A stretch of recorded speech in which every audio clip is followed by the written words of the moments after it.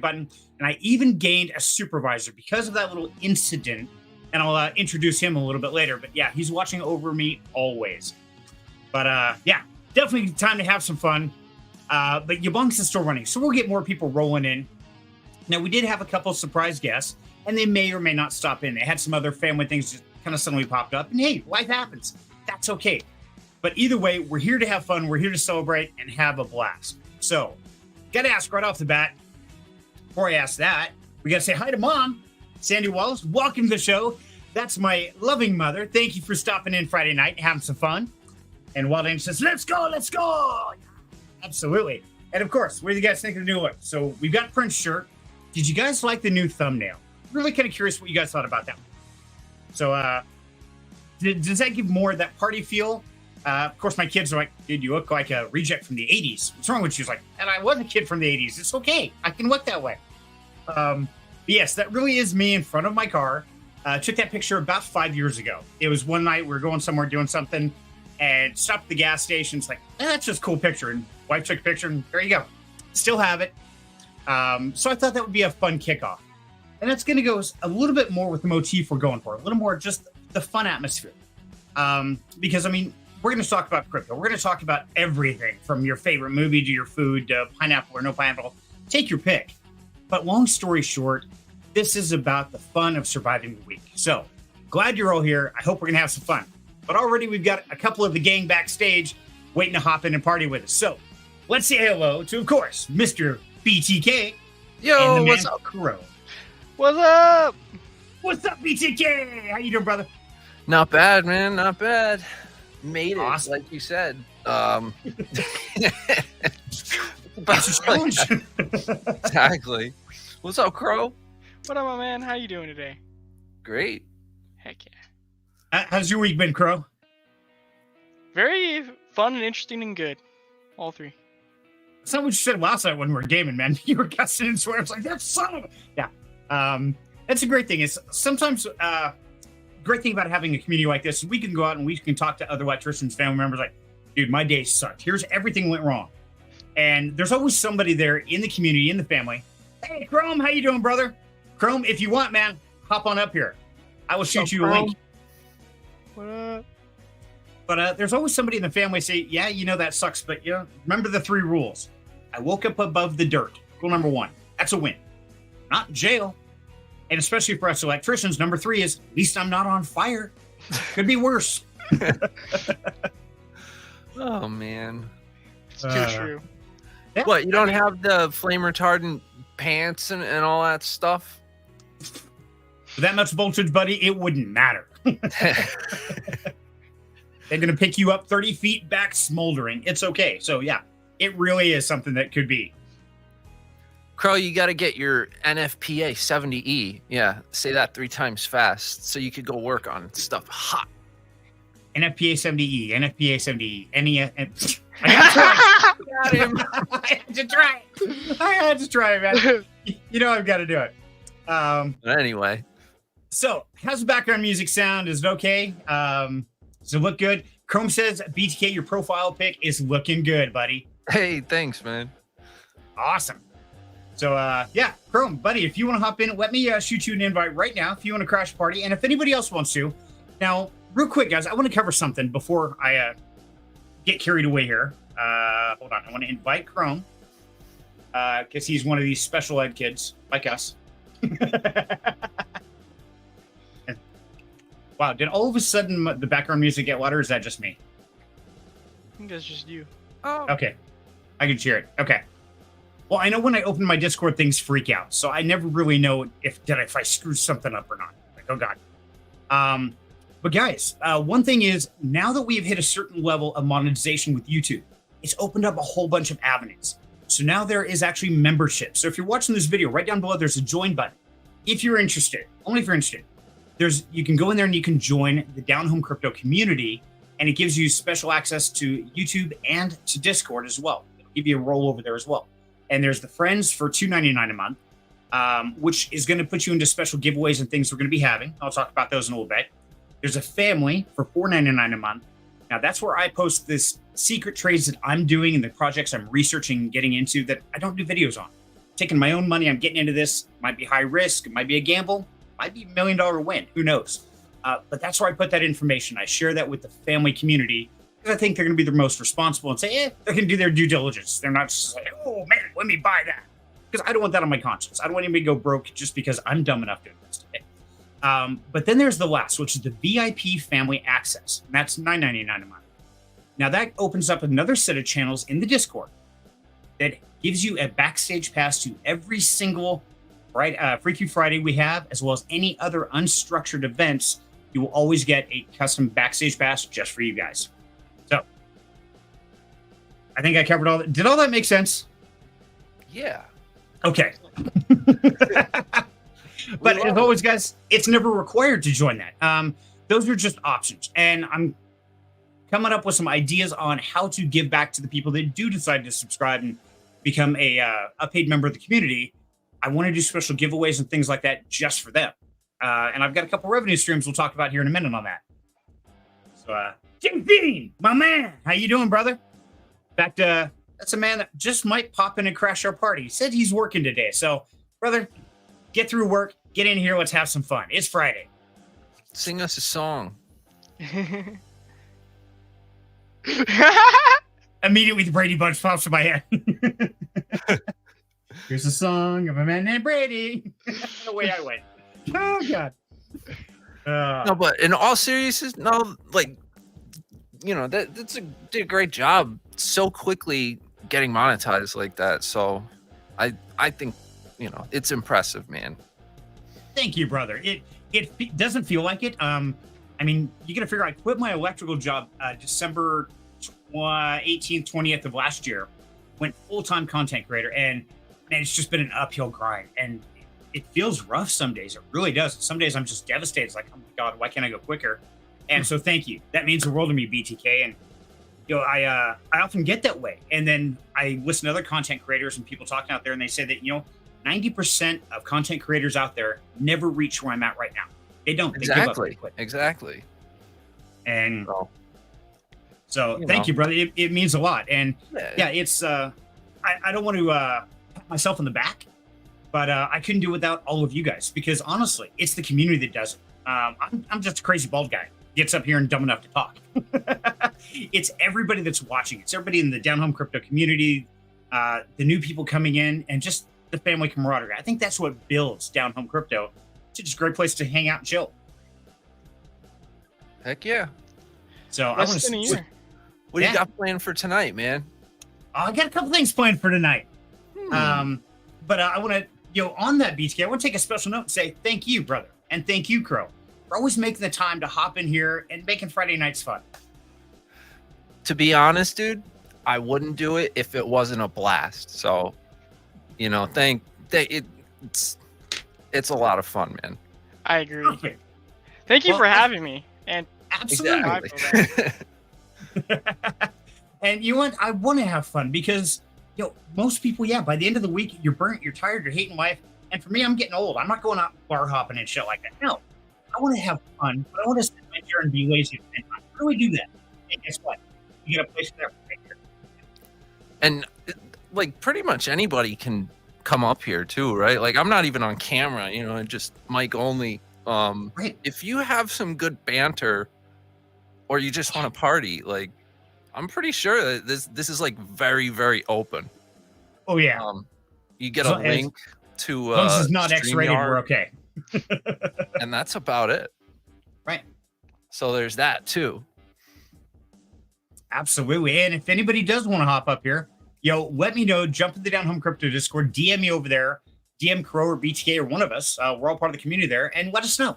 That's it. And I'll make sure to get you up here and we'll have a chat. And you don't have to show your face. You don't have to dox. You don't have to use your own name. Crow, that's not his real name. That's just what I call him. BTK, that's kind of sort of his real name, but we won't get into that. Billy is my real name. Billy the Kid is, BTK. But right. Well, technically, Billy's not even my name. It's, it's my nickname. So it's kind of like Crow. That works. Okay, so what was I doing? I got lost. I'm like, what was I doing? That's right. I was going to turn on the ticker because I forgot to turn on our pretty pink ticker. So BTK, I gotta ask you, what was your thought when you saw the thumbnail for this show? Oh, I was like, yo, Serenity is about to start moonwalking, and I'm like hype on it. Like, yo, look at this dude. Look at the pink shirt. Like, dude, if I saw you out like that, I'd be like, whoa, dude, like I would just assume you were the man. Kind of looks that way, doesn't it? You know, like if I was with a girl, I would be like, oh, like let's go in here. Like I wouldn't let her walk past. Yeah, there you go. There you go. Yeah, that was it, man. That was my childhood. That's what I always wanted to be cool like that. Just when I was a kid, I was never that cool. No, it's pretty 80s, you know, but oh yeah, that's when I grew up too. Hey, the 80s were a blast, man. We had some of the best music, the best hairdos and everything else. And it was before all the crazy internet and all that. And that's when we had to go outside and play. You had to leave the house. Your parents didn't even want you home for the weekend at all. It's like, okay, leave Friday, come back Sunday before school. We're good. I don't care. Don't get arrested. There you go. Yep. When the street lights come on, make sure you got your butt back here. Exactly. So, Crow, now you're a younger guy. What did you think when you first saw this new thumbnail? Personally, I thought it was cool. Then it was like, now what the hell? Because I've never seen you wear those kinds of clothes. So for me, it was a little weird, but it still looks good with the Camaro on the back. Right. Now, see, you never see me dress up to go anywhere. That's part of it. This was one of those nights out with the girls. So, yeah, it was fun. But I had to do it. So, whoa, that's a different one. What did I just break? There we go. Whew, thought I broke something. So, got another surprise for you guys. But I want to see in the comments, guys, let me know. What do you think of that new thumbnail? Do you like the old one better or this one better? Which one stands out and caught your attention when you're scrolling through? Because, see, that's what I'm trying to do. It's one of the hardest things on YouTube is they've got that thumbnail is what catches people's attention. If it doesn't catch their attention, they're never going to even stop to read the title, see what it's about. Or, God forbid, go into the stream or the event and find out what the content is in there. So what I'm finding out through my journey is that your primary focus needs to be your thumbnail, like 80% of your energy. And then you can go solid content, solid title, and it's crazy. That is kind of wild. I don't know. I like the new one, but I've been looking at the other one for a while, you know, and right. I clicked on them anyways. So probably not your best, like, I don't know, opinion. That's okay, man. Hey, nothing wrong with that. And, that's why I like to have a set time, a set place, and a set environment to have a party. That way everybody knows where to go for the party on Friday nights. Here. Emmett, welcome to the party. Let's see, Wild Angel says that is one of my favorite picks, him and his mistress. Yes, that's a great story. So, wife refers to as the Camaro as my mistress. And I've talked about this once before is the reason we call her the mistress is because she is the one woman in my life that I can ask to do absolutely anything. She'll never tell me no, and she'll always beg for more. If you're drifting around a corner, she wants to go faster. Whatever it is, that girl absolutely loves to race and love to be driven to absolute edge of everything. It's great. What year is it? Like what V8 and all that? And it's not. Yep. V8, 2013, 6.2 liter Super Sport convertible. Oh hell yeah! Nice. That's probably very fun. Yeah. Custom exhaust, high performance chip. Yeah. She gets up and moves. Not bad. It's amazing just to be along for the ride in that car. I had a slow Maro in high school. I had a 1986 Z28, but it had a 305. So I think that's so wrong, man. I brought it to the track. And it ran like a 16.1, I think. It's like, yeah, but it sounded really good, and I was like, like 17 years old, like driving that around. I was like, hell yeah. It looks cool. Sometimes that's all it is. I drove a Datsun B210 sedan through high school. So, yeah, I get it. But I had 12-inch kickers in the back and a big subwoofer. Yeah. I always had subs too, man. I had a minivan before that with I don't know, it was like 212s, but it was like a band pass box and it was tuned like obnoxiously, so like it carried like more than it should. Right. Three blocks away, their windows are rattling still like, yep, okay. Yeah. I like this one because you like, oh, thank you, love. You're so sweet. That stuff was so much fun though. Oh God, yeah. That's what we had for tech back then was audio. We didn't have computers and cell phones. We didn't have all that to play with, but we did have car stereos, and man, we loved to play with that stuff. Okay, so that brings us to another highlight we have today. I've got to introduce you guys to my supervisor, but to do that, I've got to do something a little bit different. So I thought I would make this a little bit fun. We talked about earlier what it's like to be a content creator. Now I had a chat earlier today with Alpha Crews from Pilver's community. Love the community. If you don't know who they are, definitely check them out. I will put a link to their Discord here. Unless one of you guys got a hint. Oh, wait, you can't post it there. Never mind. I can remember. I can't do it. It won't let me. Here we go. Pillars. Okay. And they have a great show. There it is. Copy, paste. Got it. I blanked out. Smiley Girl we had in here a couple weeks ago, and Alpha Crews do a show, Blockchain Basics, where they explain the most simple of things of crypto to new people. And so it's really a great show. A lot of fun. And of course, as you guys saw, Smiley Girl, she's just a blast. But I was talking to Alpha Crews today, and he was wanting some help on editing videos. And I started talking to him back and forth, and he's like, well, okay, how much time did that take you? I told him, well, like that thumbnail, that's about 3 hours of work. He's like, what? That's crazy. Why would you do that? And he's trying to edit his video. And I'm like, dude, for about every 1 minute of watch time, it takes me about an hour of edit, record, all that kind of stuff. So literally a 10-minute video can take me 10 hours. That's about normal. He about had a stroke. He couldn't believe it took that much time. But it made me start thinking, it's like, okay, I'll bet people want to know what it's like to be on this side of the camera. So for you guys, do you guys want to know? Are you even curious at all, or am I just spinning my wheels? I'm a little curious. Kinda, sorta. Well, just for you guys who might be a little bit curious, I added something new here. There you go. Ah, you got another camera angle. Nice. There you go. That's what it looks like behind the scenes right now. So as you can see, here is the other side of the studio you guys never see. And right up top here at the peak, there's my supervisor. His job is to sit here and watch over me the whole time.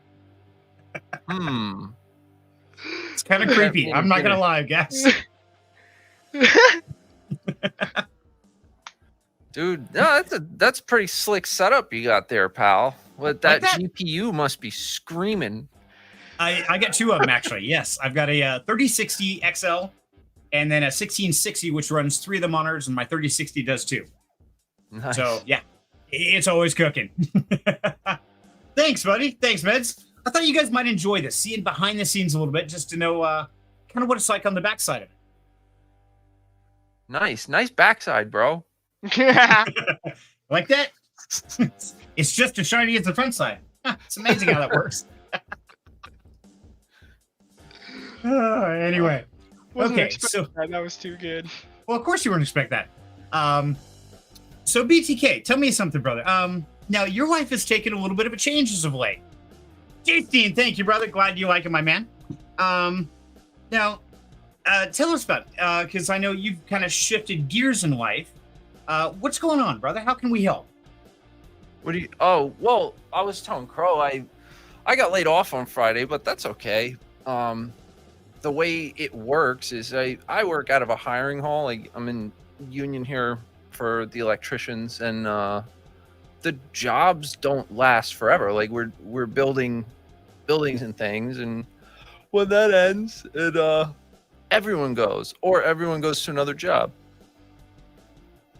So, sorry, are we keeping you up? You sound kind of tired. No. Okay. My bad. Give me a shit, buddy. You're fine.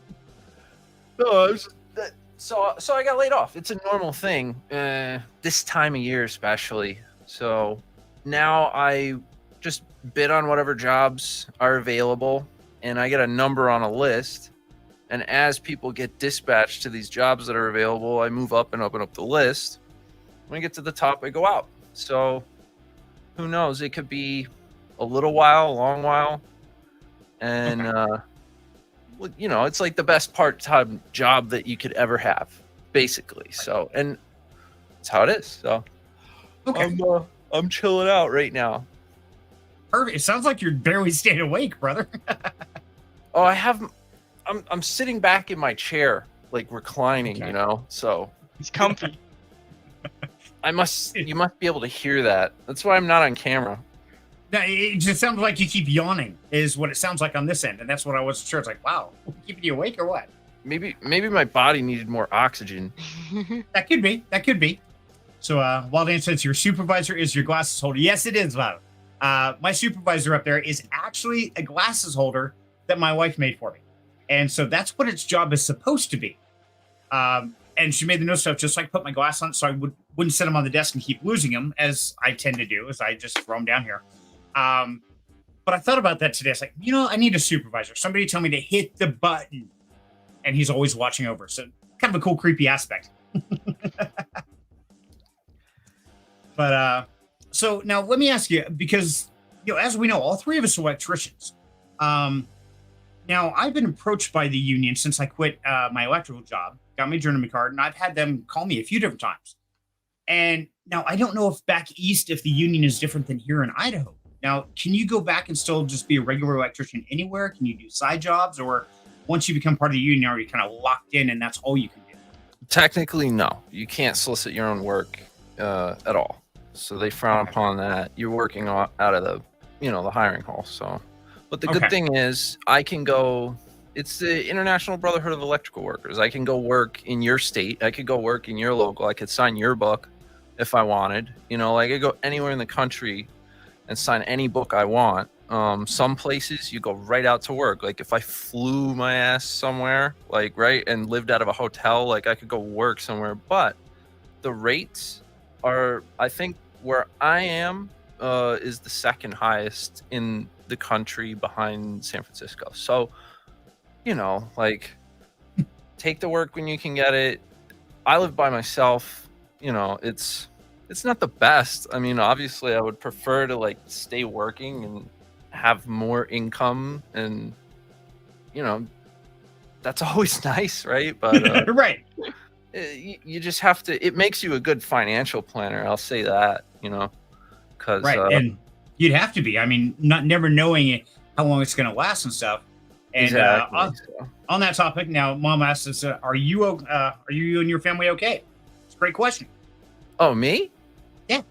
Just fine. No, everything is fine. This is normal. Like it sounds kind of like, oh gosh, you know, to everybody, but like literally, like this is how it works. Like the job's over, you get laid off, you got a period of time where you're unemployed, and then you go back out. Sometimes companies will keep you for a long time if they can, especially if you're willing to step up as a foreman and go from job to job and stuff like that. But you know, man, I keep yawning. I know. It's killing me. What the hell? Here, you want some of my Mio, man? I'll share. I should make some coffee or something. Well, I just had There you go. Weird. I just had coffee. That was first coffee. What about second coffee? That's right. I had 3 cups, so that's only half a pot. You should have plenty left. Come on. It's an entire French press. Oh, well, that works. So, yes. So, Mom, everything is good. And this is one of those things, and maybe layoff is the wrong term. And it's funny how people utilize words and they hear layoff. They're like, oh my God, that's horrible. Maybe it's just an unpaid vacation. Maybe it's an unpaid vacation. Maybe that's the best way to look at it. No, it's a layoff, but it's expected. You know that you go there knowing that you're going to get laid off at some point when the job is completed. Okay. So. And that's fair. It's good that you know that you're planning for it, but I wanted to check on you, buddy, to make sure you're okay. That's the biggest thing here because we're all family. That, man. I've been doing this for years, you know. So it's nothing surprise. It's not like they showed up one day and said, guess what? And you're like, oh my God, I'm devastated. It's like, oh, okay, cool. Well, yeah, no, you just have to have your ducks in a row and know what the hell's going on. That's all. Perfect. Okay, well, I'm glad to know you're okay, brother. I wanted to touch on that topic real quick, just check up on you. Yep. Thanks, man. That's cool. Appreciate that. Absolutely, brother. So now, Crow, now you've got some possibly exciting news on your work side there. Sounds like you might be getting promoted, maybe, possibly. Is that coming to fruition finally? Not yet, but talking with my supervisor, and it's looking like within a week or two I'll get promoted, which is very exciting, very nice. Woohoo! Nice. You getting a raise? The money is a little bit, and the workload's way more. That Yeah. Yeah. The sad part is Crow is trying to go from my position that I left open when I left, which was key lead for the electrical crew there at National Builders. And so since I quit, apparently they haven't hired another key lead. And so poor Dan, and I love Dan to death. He's like a brother from another mother. But he is the most dysfunctional person on this planet. I swear to God. People there, he's the supervisor of the crew. People don't even ask him. They would call me. Like, hey, Jim, what's going on? Like, okay, here's what's really happening. It's like, what Dan tell you? He's like, we don't even call Dan. Okay, that's fair. They wouldn't, because you couldn't find the guy for like 4 hours. This plant is like on, 3 square miles, Crow? For the whole plant? Yeah, and so, I mean, you could walk around that place for hours looking for somebody. And there's 200-300 people wandering around hammering and doing everything. And you can't find anybody, especially if they don't want to be found. And there were days, I swear to God, Dan did not want to get found. And so I was always available. It's about the shiny head sticks out in the crowd. I don't know. Yeah, it's been a fight just to get him to think that he needed a key lead, then to finally be like, hey, because for a while there I was doing my job, Jim's job, part of Dan's job, and just trying to balance all that, and it's stressful. It is. And yeah, that is not the most stress healthy environment, shall we say. I don't know how to put it nicely, but yeah, it'll wind you up quick. And Wildy says, "Yay, Crow!" Woo-hoo! To tell you the truth, you should see what other stuff like that is paying too, and start shopping around now, while you're getting this promotion, because if they're only paying you a little bit more, right? Right. You're doing it, you're getting way better at it, but you're also shopping for more money. So you say, oh, well, it's been nice, but I think I'm ready to move on. I'm going to go to blah, blah, blah. And they'll be like, no, what? And then they'll pay you more, Right. And then you kind of. I told myself, no matter what, I'm staying there till I get my J card. Once I get that, it's whatever life throws at me. Yeah. Yeah. I think. I've read somewhere people just keep getting they keep changing. People that change their jobs often make way more money than people that stay at one place. I can see that. Some kind of study, but I think that's office people and stuff like that, Right. that negotiate salaries and things. But. Right, and I think that's because that's one problem I've had with my youngest daughter, Sheree, is she was bouncing from job to job every 3 to 6 months. Then when she moved out of state and came back, and she tried to get a job, and they're like, "Well, no, your work history only shows you were here for this long, here for this long, here for this long." What's up, John? I just saw that. Whoa, such great! And John Richter, good to see you, buddy. And he says, "I'm here naked." All I can think is the movie Scooby Doo. I can look at myself in the mirror naked. Yeah. Remember that when Fred and Daphne switch places? They switch bodies. What? Morning, Beach Cape. Man, you need some more coffee, brother. Wait, what? No, my man John Richter's in here. I think he's having a good time. Awesome. Well, yeah, if he's sitting there naked. I know he's having a good time. I'm just kind of wondering, John, if you're sitting there naked having a good time, why in the hell are you watching us? That's just crazy. He just wants to hang out with his boys. I'm cool with that. Drink, kick back, and that's the great thing about Freaky Friday is, you know what?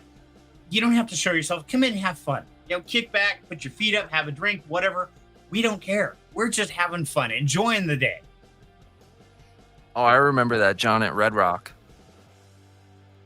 John at Red Rock. You lost me there. Never mind. Did I miss it, Crow? Do you get it? No, I just think it's funny. Okay. I thought maybe I missed a joke. It's like, damn, I hate missing the jokes. One time me and BTK switched bodies. Oh, okay. See, John got the reference to Scooby-Doo. So if you guys haven't seen it, the real life person movie of Scooby-Doo, where you got Daphne, Fred, and all of them. Well, at one point in time, they switched bodies, and Fred and Daphne switched. And Fred's thing was like, I can look at myself naked. That's the first thing I thought of when I saw that. So you sit here in the gang having fun. So I figured out, absolutely, John, join in, brother. Good to have you, my man. And so, we've been asking the question of the guests, pineapple or no pineapple. So I had a question for you guys today, since we're doing the whole 80s retro thing. First of all, how many of you have seen The Breakfast Club? Raise your hand. Okay. What? I'm looking at BTK, waiting for his hand to go up or not. I'm like, that's a picture of shit. Got This him. screwed me all up. I Oh, saw okay. a look in your eye. I just knew it was. Yeah, you knew I was waiting for it. I was like, wow, it's a Friday. Can we tell, guys? We survived. I love it. Let me know in the comments if you have. BTK, have you seen the movie The Breakfast Club? Oh yeah, of course. Okay, cool. Okay, so remember the speech at the end. No. Sakura, my man. Yo. How you doing, brother? Sup, bitches? Living the dream, my man. Good to have you. So you're just in time. I was going to ask the question of the day. So, Saro, have you seen The Breakfast Club? Yes. Do you remember the speech at the end of the movie where he's reading the what do you call it? Essay they had to write. Yes. Okay. So there were 5 classifications of people. There was a criminal, a jock, a princess, a basket case, and a nerd, right? Uh-huh. Okay. So how would you rate yourself on that scale of 5? Which one would you be most accurate to in similarity?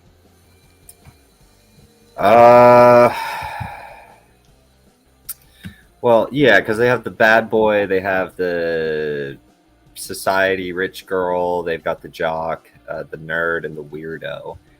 Somewhere between a nerd and a weirdo, I think, is kind of where I'd fit. Okay. Kind of a mix of the two. Sure.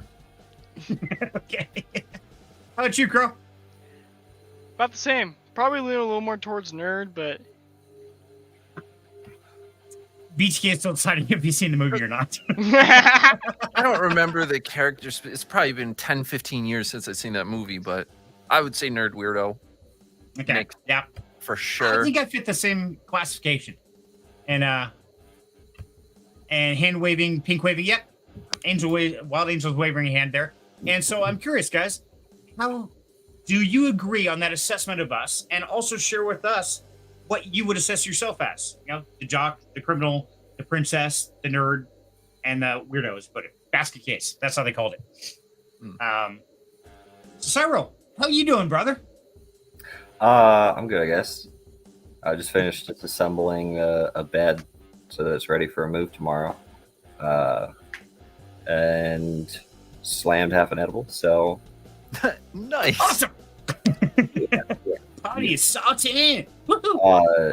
No, but to I know I'm like coming in on the tail end of whatever this particular topic is, but I'm just gonna throw out there like the need to break everything down into categories and classifications. It's a very strong innate human need, right? It's part of the reason why we do what we do. Conversely, it's also the direct cause of a vast majority of issues in the world throughout all of history, from wars to segregation to everything, right? Is that innate need for humans to classify things. So I don't generally answer questions like that when someone's like, oh, where do you see yourself fitting? I'm like, I'm me. Where you decide I fit entirely depends on your perception and your experiences and interactions with me. And everyone is going to have a different view of where I fit, right? Because that's something you got to think about. Literally no one on earth thinks of you the same way that you think of you, and no one on earth thinks of you the same way that the next person thinks of you. Exactly. And that was my point. That's the great thing, is that the concept of trying to classify somebody is insane. And so, when you're going through life, when you're living your day by day, try to assess that person of them, just them. Don't try and categorize. Don't try to name. Don't try to put them in any basket of anything. And that's what's great, is here we get to be unique. That's, I think, what makes us special. Yes. Yes. And you girls don't have to like be quiet or anything. This is the Freaky Friday show, so it's come like say hi, girls. Hi, girls. Hello. What's up, Rose? What's up, Tori? Hi, Rose and Tori. You guys can come say hi. It's okay. We don't bite that hard. Unless you ask. I only bite if asked, and even then, it's only a nibble. That's right. Repeatedly. Crow's down, like, oh God. He's playing with his dog. I am playing with the dog. He doesn't care. So, no, and that's the great thing. And that's the one thing I want to go with that, Sarah, is trying to have some fun with that. Because we started out talking about the thumbnail. And, of course, the kids were making fun of me. I was like, Dad, it looks like an 80s reject thumbnail. You didn't see that? The new one for Freaky Friday? Oh. It's pretty good.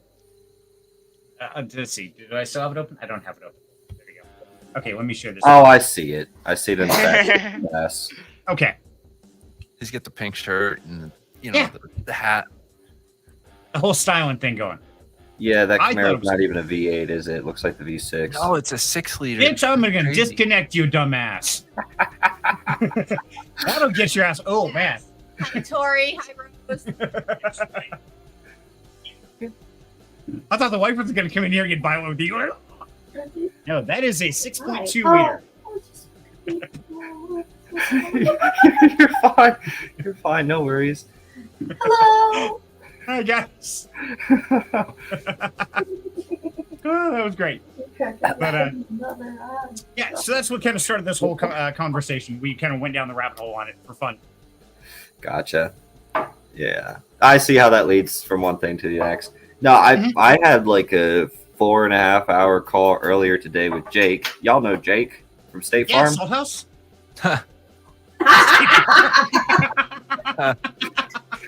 Yeah, Salt House. Okay. Yeah, no, it's a cool story. Like how I met Jake and everything like that and whatnot, but that's his story to tell. But yeah, I had like a 4.5 hour chit chat with him earlier today. And I was telling him, about how life didn't even evolve here on Earth, right? Well, it didn't. It didn't. Right. No. I think I told you about that, Serenity, right? Yeah. Yeah, we chatted about it. Yeah. And then we were talking about things like, well, what's after death, what is everything like? And like, I want you to think for a second. Have you ever had a very near death experience? Yes. Probably a few times. Did anything just kind of feel off for the next day or two afterwards? Oh, yeah.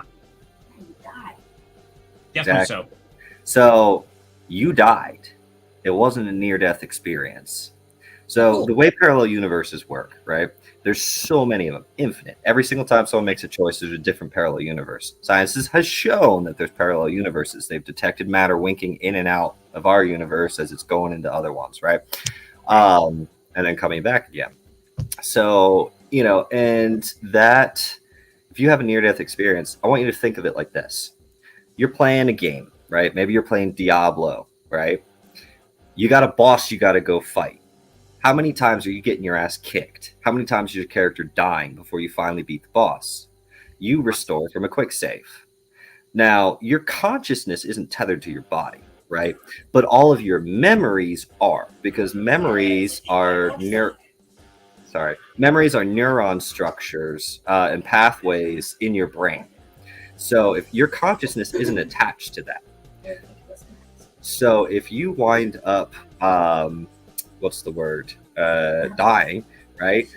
Your consciousness gets bumped over to the next parallel universe where your body is still there because consciousness isn't tethered, but you're not going to remember it, right? Okay. Because you don't carry those memories. They're stuck in your old body that, your family is RIPing into the ground.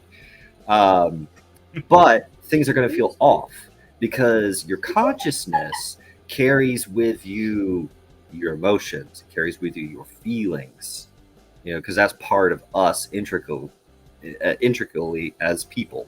Sorry, again, that edible.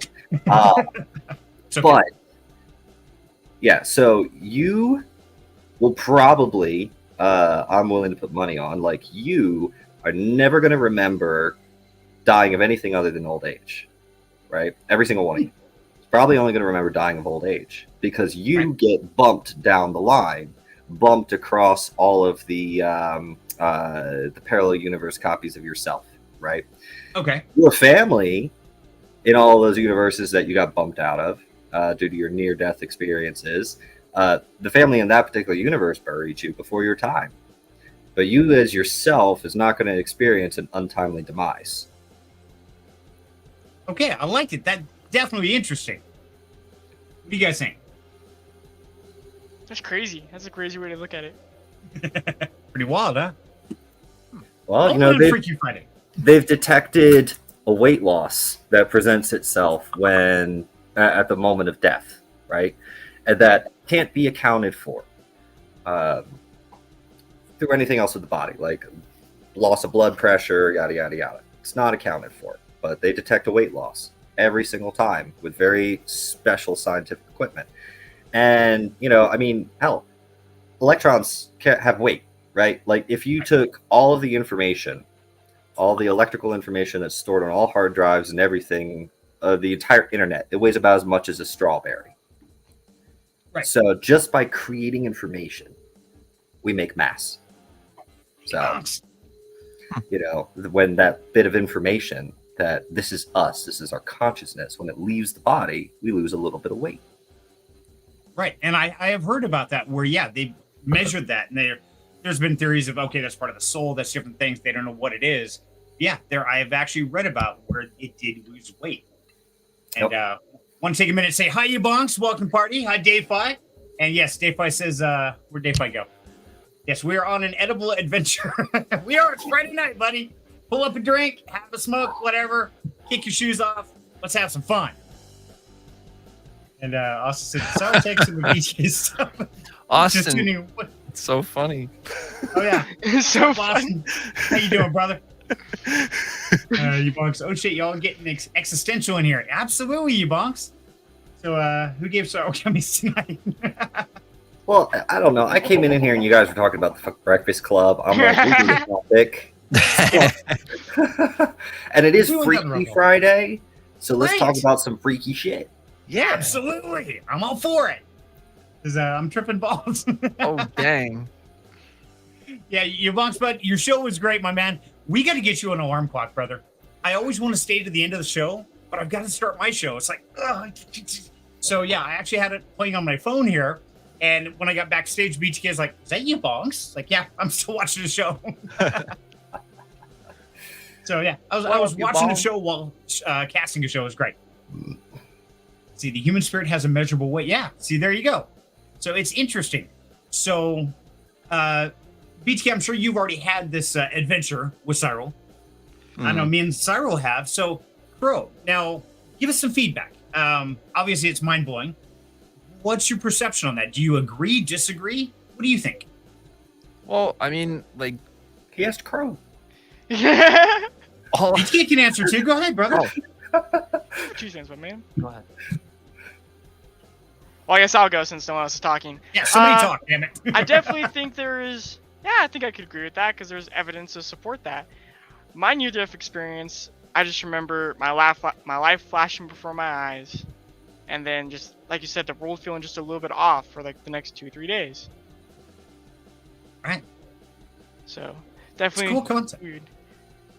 How about you, BTK? What do you think, buddy? Well, yeah, I mean, I don't know. Nobody can prove it, but they've observed quarks coming in and out of existence, basically, through the dimensions. Then, you know, they can prove the body loses the weight, which is whatever you want to call it, soul leaving the body. I mean, that's scientific evidence. So Right. I think it's onto something, you know. I've experienced that. I had a pretty brutal car accident a while ago, and yeah, for like 2-3 days after that, I just felt like it was awful. Like I just didn't feel right. I felt awful. Right. Like it, not physically. Like I didn't hurt. Like anything. I just felt bad. You know. Yep. And you know, I have to agree, so because I had an experience when I was 19 years old, and I was riding to work one morning, Saturday morning. I had a GPZ 900R, and I was racing across the road, and right across the road is a left turn, and it goes up a hill, and there's a slight hump to it. And I was racing a light. It was stupid. It was doing about 70.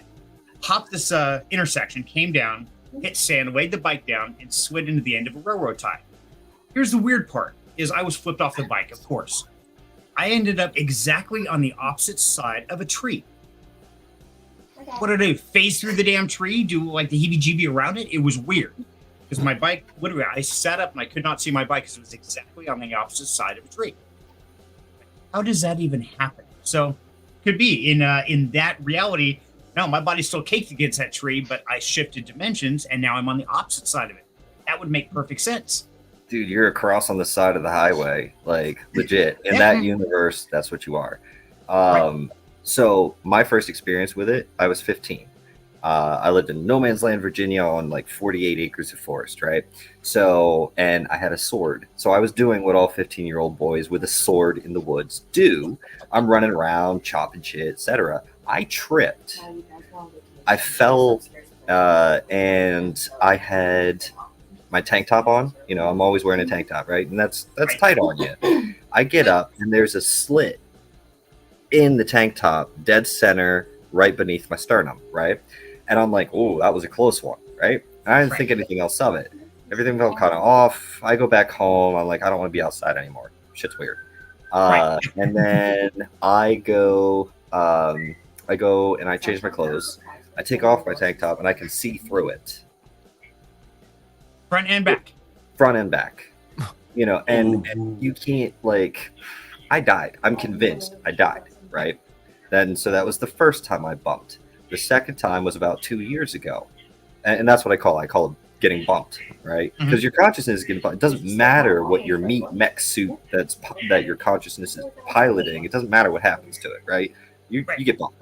But the other time I fell 2 stories, and while I was falling, I pulled my arm in, and that's the only thing that saved my life. There was a tree stump about this big around on the ground, cut at an angle, and my arm hit it, and it was about 1.5 feet tall, so that would have been right through my chest. Oh yeah. So I bumped there too, and I know it. But the people like to be like, okay, well, what is our consciousness, right? If it's simply here piloting this, where is it? What is it? Etc.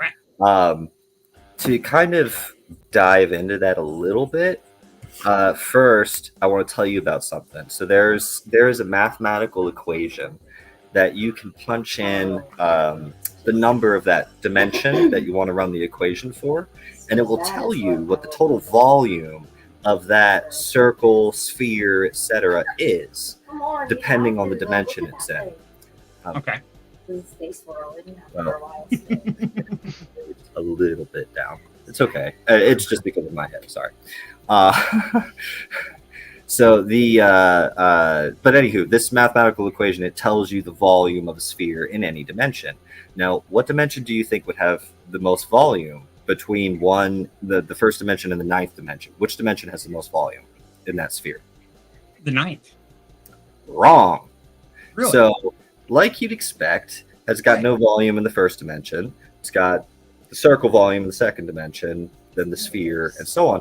It peaks in the 5th dimension and then tapers off.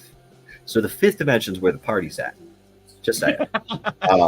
That's where true reality would be, because that's where that sphere has the most volume. It is the most complete version of itself.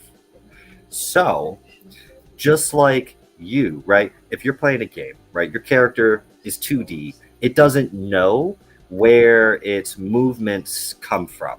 It just knows that I'm going this way, right? So if you ask a scientist, how do I move my hand? They'll start talking about axons and dendrites and motor muscles and blah, blah, blah, blah. But ultimately, that's because they can't tell you where the very first electrical signal comes from when you're like, I want to move my hand, right? Okay. You don't know where it comes from. It just appears. So if you've got, if you're playing your video game character, right, its thought just appears to go. To it, that is its whole world, right? Is that immediate, two-dimensional video game. To you, if it dies, start a new character. If you die, you restore from your save point. You're in the third dimension, right? Okay. AI, we're integrating it into games for more in-depth characters and things like that now. I'm sure you see that all the time. I'm sure you talked about it during your last Freaky Friday when you were talking about gaming. Yep. But imagine being an AI and waking up and you're just in this video game. That is your world, right? Just like this is our world. We don't know any different. We don't know where those inputs are coming from, but something, our higher self, our soul, our consciousness, whatever we are, is coming from the dimension where everything is the biggest version of itself, which is the fifth dimension. And the fourth dimension is just time, right? Which really isn't time, but we're not going to dig into that. I've been talking too long. I'll shut up. Okay. Let's catch up on comments real quick, because we've got a lot of great comments coming through. We got Dave, I say it, where you wake up from death and you're in deep Mandela effect rabbit hole. Yeah, there you go. Absolutely. And Austin Clark, get black ice at age 16 and Mustang going 60, being stupid. Of course, we all did that, buddy. That's okay. You flipped your car 4 times, literally broke a telephone pole in half, and every part of that totaled except the driver's seat front. See, that's just freaky. You got bumped. Yeah. You died. Reset, baby. Welcome to Reset with the rest of us, brother. Chris Cruz, welcome, buddy. Good to have you, my man. Lana says, hi, Chris. And Yabonk said I was awesome. Thank you, Yabonks. I missed the hat conversation. I kind of jumped across that because we fast forwarded. So I don't want to work backwards like Yabonks is doing earlier. That was great, though. That was funny. It's like, wait, now we're back to the start of the conversation. See, he says, hi, Chris. Oh, there we go. Quick. I'm getting quick happy. Sorry. I'm thinking about this fourth dimension alone is absolutely mind-boggling. Yeah, it is, Austin. It's crazy, isn't it? You start really thinking about it and delving into this, and you start questioning reality in the world that we live in. It really opens up your eyes to what's going on. It's where the real good edibles are. Fifth dimension edible. I could just see that. That's going to be like a whole new level of edible. Welcome to the rabbit hole. Exactly. Welcome. We're having fun. And Greek DeFi Guru, welcome to the party, brother. We are having fun going about a bumping and reset and everything else, whatever we're doing. I hope you guys are having a great week. So we survived the week. Congratulations. Pour a drink, grab a vape, kick off your shoes, whatever. Let's enjoy the weekend. So, bro, is your mind blown yet? She's over there talking with Tori. Oh, you said Crow, not Rose. Holy I wouldn't cow. say my mind's completely blown yet. I heard Rose too. So I was like, oh, your headlights. Come on, ladies. I have a problem when everyone says like, bro. I hear crow. I don't know why, but I remember it was like Thanksgiving last year. I was over at Jim's, and I was sitting there doing something, and him and his brother were talking. I just kept hearing bro, and I go, yes. It started to piss Jim off. It was kind of funny. Oh, sorry, I was sneezing. Yeah, because I actually have a brother, and say, hey, bro. And the crow's like, what? Dude, shut up. I'm not talking to you. Oh. So Dave says, sorry, we're going to have a conversation about the Mandela effect comment another time, though. I'm spent tonight. So I said, definitely. Yep. Better plan for like a whole nighter for that one. That's going to be a long one. Because BTK and I one time sat down here in the garage and we tried to describe what all the dimensions were. And we finally managed to nail it down because it's not easy. No. But I also don't want to wind up taking up the floor for the next 10 minutes. So So let me ask you. So let me simplify this. Do you believe, since we're obviously not at the end of the dimension of train, can we even fathom what those dimensions are, define them, or even come close to? Do you think? we can theorize, right? And Yeah, we can, theory. yeah. And the we answer is no, but we can theorize. Okay. well, we'll never fully like be able to comprehend it, right? Because we only know our rule set. Just like, you can't It's like the 2D guy. right. Can't take a character out of Diablo and toss him into Civilization and expect him to know what to do. Code isn't compatible. That makes perfect sense. So, trying to see if any more comments come through. No, and I would totally agree. And that's one of those things that it really starts to question things of religion and metaphysical aspects. And I mean, it questions everything. Relevance is one of the biggest things. Like, how relevant is what we did today or what happens to us? And big thing like today is I was driving home and people were just being idiots. Went to the store a mile away, come back, and 3 people tried to wipe me out. I'm like, are you serious? Are you guys that stupid? And literally, I sat there at a stoplight and I'm watching these cars go by. And I swear a third of them were driving by like this. And I'm like, how are you even driving? What the fuck is wrong with you people? I mean, they're not being cool holding their phone down here. No, they're just literally, okay, yeah, looks good. And I'm like, how are the people not dying? But then I start to wonder, okay, so this is making me irritated. But why? Is it really relevant in the end? Well, it makes it very relevant if they hit you. Nah, because he'll get bumped. Right. It's at my reset button. Like, damn it. That's true. I don't know. So, well, you're not always going to die in a car accident. One happened in front of me the other day. I got it on my dash cam. I think I sent it to Cyril. Oh, me and Dan, my supervisor, were going to work, and it's like 6 o'clock in the morning. He's driving, and I'm really tired, and all of a sudden, he just goes, oh, shit. And I'm like, what? He goes, look in the back, and I look behind me, and a freaking semi was coming down the road, and it flipped. And we're just like, whoa. Should we stop? Like, This could be bad. yeah. We just watched it cruising, and all of a sudden, we went a little too far to the left, and just rolled over. Did you stop? Hey, if you're already past it, it's not your problem. Yeah, exactly. Get out of there before traffic backs up. See, I don't, the other way. I'm thinking, okay, I'm already in front of him, so even if it backs up, it's okay. I'm still on the front side. I'll go back and say, okay, let's check. Let's see what we can do to help. And it brings about an interesting concept: is when is it right to stop? Is it only if they're in front of you, or when do you flip around? Because we ran into this about 2-3 months ago. Me and 2 of my kids were driving the Camaro, had the top down, and we're sitting in a 4-way intersection. We turn right. And just as we turn, another truck turned and unloads all these metal railings for like scaffolding all across the road. Not your problem. See, and I thought about that for about a split second, and I made about 20 feet. Hit the brakes, flipped the car around, came back, parked in the middle of the intersection to block it with hazards on. Daughter stood there and directed traffic, and me and my son jumped out and helped him load all this metal onto the sidewalk. And for me, I think it's not my problem, but I think taking the action to help and assist. I'm not breaking the rules of solvency. I'm not giving him money, but I am giving a little bit of time.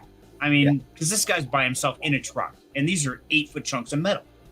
And the guy's obviously having a shit day. It's like, oh God. And it just got worse. So if I can make his life just a little bit better by pitching in, it's worth it. I think karma is going to come back and pay me back at the end. Yeah, and just because it's not your problem doesn't mean you can't decide not to do something about it. That's the relevance of choice. Right. And that ties... Sorry, go ahead. No, go ahead. I was going to say that ties into the question that you asked prior to the topic change. Does it matter? Right? Because in the grand scheme of things, our moment here, in 3 generations, they're not going to remember you. They're not going to remember me. They're not going to remember anybody. right? Right. Our relevance is so small in the scale of the universe that nothing matters. Nothing that we do does actually matter. But that's the beauty of it. Because there's no point, that's the point. All of these moments of random chaos, of these cycles, born, living, dead, the universe, all of it. The point is, there is no point, so we get to decide what we do with our little moment, and what we choose to do with it is what matters. Well said. I like that. I think it's severity for me. If I'm passing someone and they fall, like that truck fell over and started to smoke, would have stopped. But no one's life was in danger. He was just, like you said, having a shit day. Better you than me. No, just kidding. But like, yeah. Sucks to be you, buddy. But like, it's kind of like, you see some guy parked on the side of the road with his hazards on, let's say, and you're cruising. Do you stop or not? But if that car's on the side of the road smoking on fire, and guy's trying to get his kids out or something, that two very different situations. It's a good way to look at it, and interesting. And they were talking about the controls on the Mario, like we're talking 2D, 3D. And yeah, awesome. Would you like Mario trying to figure out player controlling them? Yeah, exactly. Audience says, but some of us medical training have an obligation to stop even if it's behind us. It's a good topic there, Wild Angel. I agree.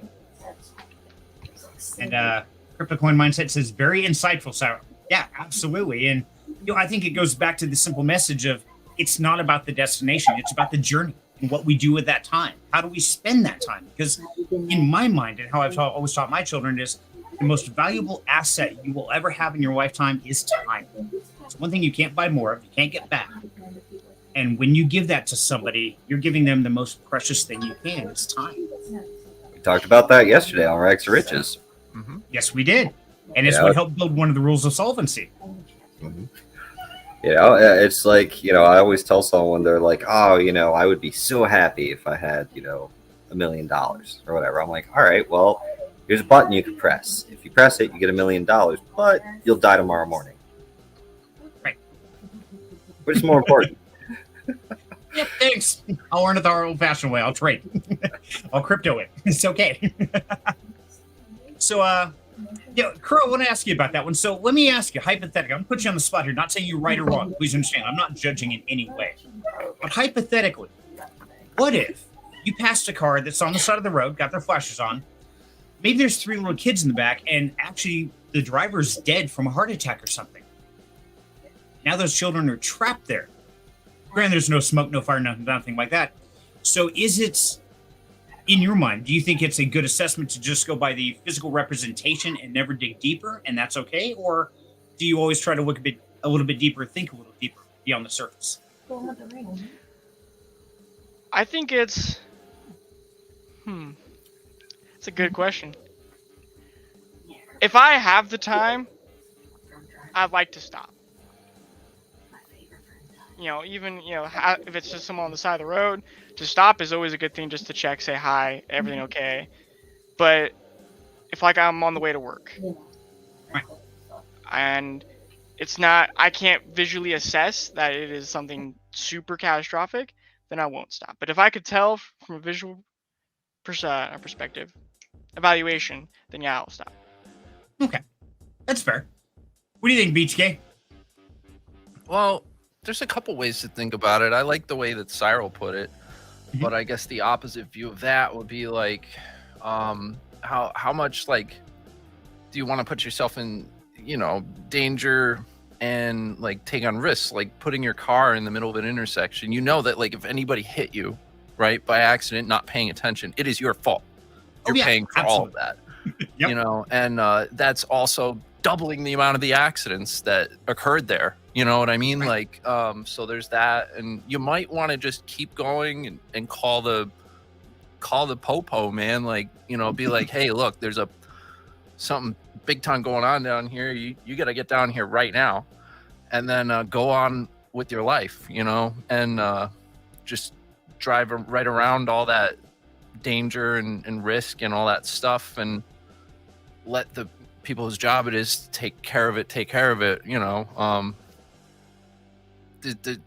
I don't know. Like, you could stop and get directly involved, or you could do something like that. I think both are equally valuable.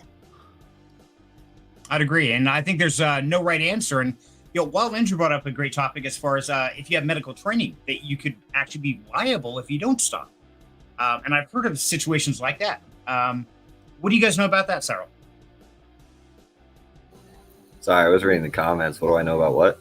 I know I'm trying to catch up to the comments, but I didn't want to negate Wild Angels. But as far as if you have medical training and you pass an accident, and can you be liable for that? If you Yeah. it So if someone can say, I saw them there, there's no way they didn't see that, then yes, you can lose your license, get in some serious trouble, blah, blah, blah, blah. You could even potentially go to jail if someone wound up dying, right? Because you didn't intervene and you saw it and you're a licensed medical professional, you took an oath, right? So, yeah, if you are medical, you do have to stop if you see it. Okay. If And you're I far thought there enough was away- Kind of a different story. Yeah, if you're far enough away that you could be like, I didn't see it, and they can't say definitively that you did see it, then you're in the clear. fair enough. Okay. You got some Beach K? No. Oh, okay. So let's see what. So Oz says, I understand both sides. Yeah, absolutely. Being 2023, the sad reality is people are crazy, and there are insane people out here. But I also get people that truly want to help regardless. I agree, Austin. And that's the thing is, man, you start talking to police officers, stuff like that, and they say the scariest time is pulling somebody over for a speeding ticket. The most simple thing on the planet, because you never know what's going to happen. It's just like stopping to help somebody on the side of the road. Dude, they could pull out a gun. They could do all kinds of things. So the world is crazy. But then again, it's always been crazy. I think we're just advertising and know about it more than we used to. That is, before you move on, Yeah, I just want to say that is true. So statistically speaking, every year since World War II, it has gotten like safer to live, right? Less crime, less sickness, less everything. It has gotten less each year over year. And yet all people polled feel more unsafe. And that's a direct correlation with how easily accessible is the news in our day-to-day life. What are we taking in? So we feel more distrustful and unsafe year over year in today, but the inverse is true. You are less likely to die. You are less likely to be a victim of a crime, violent or non-violent, et cetera, et cetera, et cetera, right? It's been getting better, but everyone's afraid because that's what the media is telling you. Right. Exactly. And that opens a whole new rabbit hole there. Let me pause that for 1 sec. Crow, hold your thought for 1 sec, buddy. I want to come back to it because that's an amazing one. But we had a couple comments roll through, and I don't want to leave anybody out. So if I said, I always stop and try to help where I can, got to be careful, though. That's an old trick. Standard people and get robbed if you're not paying. Absolutely, Dayfly. You got to be careful, brother. Definitely, because you never know what kind of crazies are out there. Austin, there's something big time going on here, bro. I straight spin my water around. Time for a new keyboard, Austin. That one's gone. Shot to hell. I freaking love you, but absolutely. We love you too, Billy. Hey, Austin, I love you too, bro. We love having you all here. So thank you, Austin. Okay, so I had a car that imploded while it was 20 miles from nowhere. Probably 300 cars passed before someone checked on me.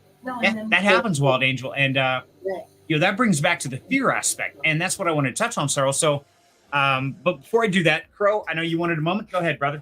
Well, kind of coming off of what Sarl said, it's crazy how many people like you get sick, and a lot of people I know are guilty of this, and they'll be like, "Oh, I'm gonna Google my symptoms," and then, "Oh, I have the bubonic plague because I have all the symptoms." Yeah, and then you go to the doctor and like, "I have the bubonic plague." Well, I looked it up. I have all the symptoms. Doc, I was murdered. I got bumped. Yeah, I got bumped. That's what I was just saying. I got reset, buddy. Yeah, Yeah, like you had a near death experience, and then you saw someone shady. You go to the cops and be like, "Yo, this person just killed me, and I need you to solve it." How do you know? Check my quantum signature, buddy. It doesn't match. It's easy. Come on. I gotta get the memories I had in that last body pack. I was having a great time until the asshole screwed it up, man.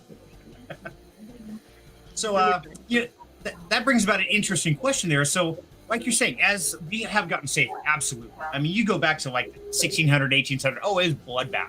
Absolutely insane. People are dropping like flies. But now we're more terrified of everything. And so, one of my tinfoil hat moments is that I've thoroughly believed that the media has been absolutely controlling people to inbreed fear and concern and all these type of resentment issues so that they can help guide us and control us. I absolutely believe that's what they're doing. They are guiding the sheep. They're herding us in a direction they want to go, and they're utilizing tactics such as fear, such as prejudice, all these things to try to get us there. What are you guys saying? 100%. Yeah.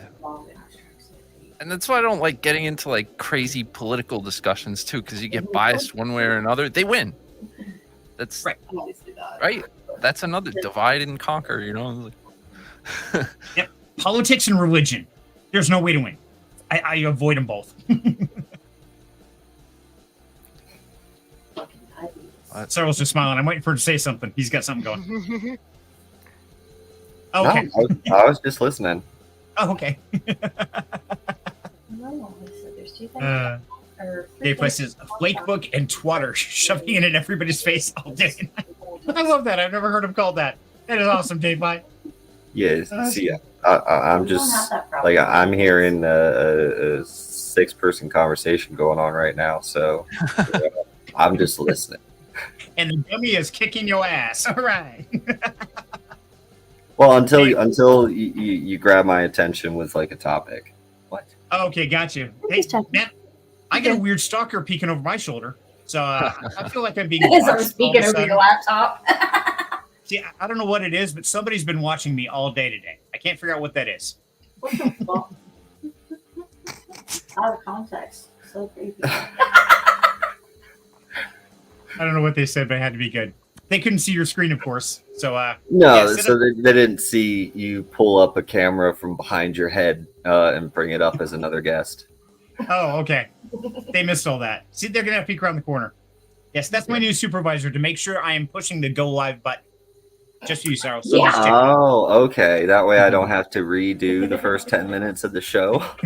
Yeah, exactly. So yes, his job is to sit there and tell me, push the button. Okay, I will. I can do that. It's kind of creepy though. Every time I glance up, I keep seeing these eyes looking at me. And you know how your peripheral vision grabs something like, what the hell? Yeah, I've done that about 3 times today. Oh, I just now noticed what it was you were talking about. The big stuffy sitting poking up over the monitor with giant eyeballs. Yeah. Look at this. Hold on. Oh, that's adorable. It's actually my eyeglass holder that Lynn made me. Is it a Kirby? And I put him to work today. Is it a Pilgrim Kirby? I'm not. Tori wants to know if it's a Pilgrim Kirby. No, it's one that Lynn made. Okay. Well, now you done lost its hat. Oh. How could you? That's awesome. It's adorable. Is that fuzzy? It's fuzzy. Okay, so let's do this. We'll do it this What's way. the top Move this. feel like? Oh. So his whole job is to hold glasses. That's adorable. I love it. Yep.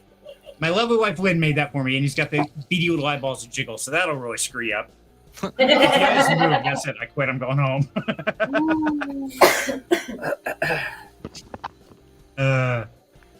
Oh, your bonks is going to steal your idea for the Studio View camera feed now. Thank you, Bonks. I actually got that from a StreamYard video today because I'm always trying to research how to make the streams better, how to more engaging, things like that, questions, polls, and one of the suggestions was add another camera to find out what it's like behind the stream, be what it is, if you're sitting in my seat. And I thought, man, that's awesome. I'll try that. So I grabbed an old camera. They said you can do it with a phone with anything. So thank you, brother. Glad you like it. I was gonna say, don't let them lie. They just wanted to see your butt. And right before that, Tori fires out, he best be wearing pants. These two, tell you what, can't take it anywhere. Perfect. This Friday night, man, that's what it's all about. I love it. I think Bugs, the I only was one just not thinking wearing about- pants is probably John. Yeah. Right. He in stated, here. very clearly when he came on stream that he was not Wearing anything. correct. Yeah, and that's what started the whole Scooby-Doo concept of look at myself naked. Yeah. And down the rabbit hole we went. Friday took off and we hit this Friday at a dead gallop, buddy. Yeah. I 1-2 this Friday and didn't stand a chance. Nope. Now we got lots to celebrate. We survived the week. It's been a challenging week, so I had to have fun. And yes, while it says it's his Glassets Muppet, it is. It's absolutely my Muppet. It's adorable. And he sits there and now he's my supervisor on top of it because I can't hit the damn button. Yep. You know, it's wild. We're all here hanging out on Friday. We've survived, right? And we're not even like guaranteed the next second because like none of us, the entire reality could just wink out of existence. We could be a Boltzmann brain, right? You know, a vivid hallucination. Exactly. Somebody hits the reset button or they wake up. That's it. So my brother lived with me for a while, and we were driving to the store one day, and he just looks at me and he goes, "How does it feel to be like one of the most #1 targeted missile locations in the United States?" I'm like, "What?" He goes, "Yeah, Mountain Home has an Air Force base, and I don't remember where he read it, but yeah, apparently it's one of like the most like top 5 or 6 locations to be targeted if we ever got struck by missiles." Oh yeah. Ooh. You didn't hear this. I have a buddy. He's out in Hawaii. He's got a friend in the military, and he was ordered this morning to stock up on canned goods and water bottles in preparation of World War III. Ordered to do that. Damn. Sorry, Crow, you're screwed, buddy. Yep. Bye, everyone. You're about to get bumped. Exactly. And, Bunks is this kind of I think of settling something like that up earlier today, and it blows my mind you just did that today. The odds of that are like 0. Serendipity, but yeah. Universe magic, brother. I must have read it through the mind. It's like, yep. See, we are connected, brother. Absolutely. You thought it, I did it. That's the thing. So manifestation is very much a thing, right? You bonks, you were thinking about doing it. Suddenly Serenity does it, right? You know, and that's a manifestation of thought, which is why you reap what you sow, right? What you think becomes reality, you know, because remember, you're a meat suit piloted by a consciousness from the 5th dimension somewhere, right? Just shut up. Stop thinking that's not possible, right? And manifest it. Takes time because you got to actually believe it within your soul. Make it happen. Exactly. That's the thing in life. I mean, you can make anything happen if you believe it strongly enough. Yeah, absolutely. The trick is a lot of people say, well, I wished for it and I believed it and I drew it and I thought it. It's like, yeah, but did you truly believe it from your soul? Or did you just think about it? There's a big difference, I think, about just wishing for it and dreaming about it and truly manifesting it. Now they talk about that. I know you guys heard me talk about Illusions by Richard Bach, and that's one of the lessons they talk about. That is manifestation, and he actually does it in the book. There you go. See, Crow's got the book. Good man. Where the concept is, you put a crystal clear image in your mind, you surround it with some light that helps, but you make it so real that you can actually touch it with your mind, and it will manifest itself in some way, shape, or form. And in the book, he does that with a blue feather, and that's why Crow show that book again. Right on the cover is this giant blue golden feather because that's what he manifested in his mind. And it shows up later, like the next day, on a milk carton made by Blue Feather Milk Meadows or whatever it was. But yeah, manifestation is absolutely something. Little baby ones? I always remember the manifestation. part. I always remember the part in the book where he's sitting there working on his plane, and one of the characters is throwing him wrenches, and they're like flying to his hands. He's not handing them to him; they're like floating to his hands. Right, levitation. Exactly. And I think one of my favorite parts of that book is when they go into a hardware store and they start hearing this music, and the guy said, "Wow, that's really good music playing over the loudspeaker." Like, I don't have a loudspeaker.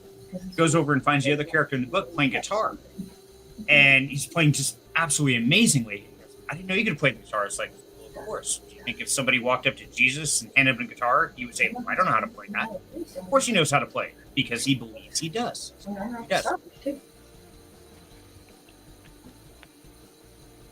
Wow. All of a sudden, the conversation got quiet at Cyril's house, too. And it wasn't a good time. Like, why did we do that? Why was that a thing? Why was that cool? And see, Ubunk says, yes, manifestation is real. I agree with you, buddy. It does. I'm extremely good at manifestation to the point it's freaky. Oh, it's Freaky Friday, so that's good. It freaks Kelly out all the time that I can think things into existence. Didn't believe me at first, but now she believes. You know, brother, I'm the same way in a lot of things. You know, I've been one of those. I've been a dreamer, changed careers, done everything, and people always said I was crazy. It's like, you know, I don't half-heart anything. I jump in with both feet, blindfold. I don't care. I'm going for it. It's an all or nothing kind of deal for me. So, and I can totally relate. Just like you're being a content creator, you're going to help push me into that realm, and I thank you for that. But people look at me and they think I'm nuts. It's like, okay, you just got your journeyman card a year ago. Now all of a sudden you're going from electrician to content creator. What the hell are you thinking? Yeah, it's all about belief. Chris Cruz gave Zach, yeah, what he said. Absolutely, Chris. You got to make it happen, brother. So, BTK, question for you, buddy. What is the one thing in your life? Give us one instance of where you've manifested something that nobody thought you could. I mean, I probably have, but not like consciously. You know what I'm saying? Like, right. I've definitely like wanted stuff before that has just worked out. Can't explain it, but I don't think I've ever like actively tried to manifest something. Okay. Never directly, just wanted something so badly you made it happen. That you intentionally did, I mean. Yeah, I mean, yeah, well, yeah, I've done that too, but I'm talking about just like weird or coincidence or whatever, like something I really wanted, like just worked out or happened. That's definitely happened before, but it's always been like whatever manifestation I was doing wasn't like, you know, active. Okay, got you. So it's more of a subconscious thing, kind of like Dave Fly saying here, you do it in your sleep. Yeah, stuff like that. I mean, I try to operate with a clear head most of the time. Like I try not to think, or at least think in words ever, if I can get around it, because it just they suck. I can never explain to you how much I hate words. You know, absolutely. It's just a confirmation of like, okay, like the thing I'm talking about is probably like you don't even know. You just think I don't know. I think you can connect with people in other ways, like a lot more deeply than having conversations, although they're helpful. No, I agree. I'm horrible with words. I can express with music and art, drawing and things much better than I ever could with words. So I totally relate to you. And Dave is saying, act as if it's already happened and you already have it. Sensory immersion is key. Absolutely, brother. That's where it says start small. Start with dreams while falling asleep and to experiment. And then from there, grow to the conscious level, because it's really amazing that our subconscious will accept things our conscious will not. I think that's yeah. That you just said it, man. See, that's a whole nother conversation right there. Well, you know, it makes a lot of sense, especially for what I guess I'm trying to convey. I got you. Let's see. Let me catch up. I know we got some chats coming here. You guys are sitting all chill. I know Cyril's having like 6 conversations, so he's still good. Chris Cruz says, my favorite saying is, every penny I save will return to me tenfold. Say it 100 times a day and really works for me. So, Chris, I'm curious now, is just saying it enough? And that's where I think you've got to take the next level. I don't think saying it's just enough. That's, to me, that's more wishing in my mind. I think I need to manifest it and truly visualize, see it, and believe it to be so, and therefore it will be. But I don't think saying it's quite enough in my world. Just my opinion. What do you guys think? Well, well, I don't know, because saying something many, many, many times, you start thinking it subconsciously. It runs through your head. It's the same reason why, you got bullied in school. People were like, "Oh, you're ugly," right? Or somebody you cared about told you you don't deserve this or whatnot, right? You repeat that to yourself over and over again because that sticks in your head. And so then you start thinking it, and your sense of self-worth degrades. That's you manifesting that, right? You're destroying it. So same thing. You say it enough times, and you're going to start thinking it on your own in the background. And then that means that's transferred down to your subconscious. And then doing that is a form of manifestation. Okay. And do you think the way it's said, do you think that matters when you're doing that? Do you have to say it with conviction of positivity? Because I could see on a bad day, I could be very sarcastic. Like, yeah, like that's going to fucking happen. I've been trying for 97 days and it hasn't happened yet. I could see that, honestly. Yeah, intent, right? Because that's what manifestation is. It's intent.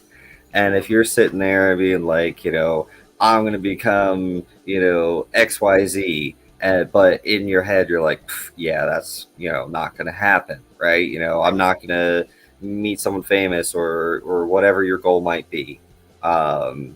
You're doubting it. So yes, intent and inflection is the key. You want to say it with conviction, and oof. Okay, I would agree with that. What do you guys think? You gotta say it with all 100% of your heart, everything part of your being. Otherwise, if you start doubting it, then it ain't gonna happen. Just like Cyril said. Right, wholehearted, absolutely. I love that. BSK, what's your thoughts? I don't know. Just make sure you mean it. You can probably only say it once. See, and that's more where my mindset. I think I'm a little more with BHK on that one. I think if I believe it to my core, I don't think saying it for me is enough. Like I was saying, it's really about visualizing. It's we used the word earlier today. Don't just say it. Like sit there and think about it. Like think about what it means, all that things, and get ready to say it. And then by the time you're ready to say it, you only have to say it once. Right. Manifestation. There we go. Yeah. I can't talk today. Jesus. Do it in your brain and then say it and it's there. Okay. I don't know why I'm having so many problems with that word today. Okay. You have to manifest the manifestation. There you go. See, somebody knew what the hell I was trying to say. Thank you. I hate words too, brother. I'm with you. It's like a pre-manifest. Yeah. Yubonks did that with an orange guitar. I think I told you about that. Oh, did you get the orange guitar today, Pi? Curious. Okay, we'll catch up. He'll have to let us know if you got the orange guitar. Comments are coming through, guys. This is great. So keep it going. This is a blast. I'm having fun. Are your magic, and that's already happening. Be great for all throughout the process. Absolutely, brother. You got to be grateful.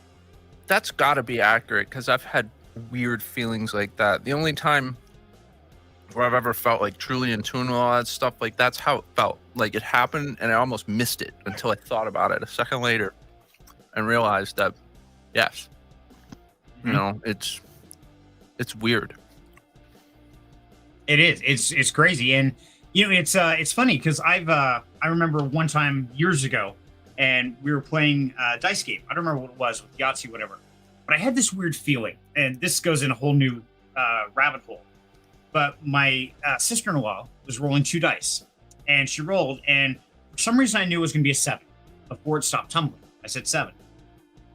Everybody at the table looked at me like, well, that's weird. She picked him up, and she started to roll again. I said 4, and she rolled a 4. Did that 4 times in a row, different numbers every time, until I thought about it, and then I couldn't do it. It was really, really weird. I don't know what the hell it was, some weird attunement thing. But up until I thought about it, I could do it. Figure that one out. So, you know how when you have like a deja vu, right? Or you have a dream that feels like super real. So there's periods of times where our brain waves are in more receptive states, especially like when we're asleep, when our brain goes into the delta and theta wave cycles of the sleep cycle, it's more receptive.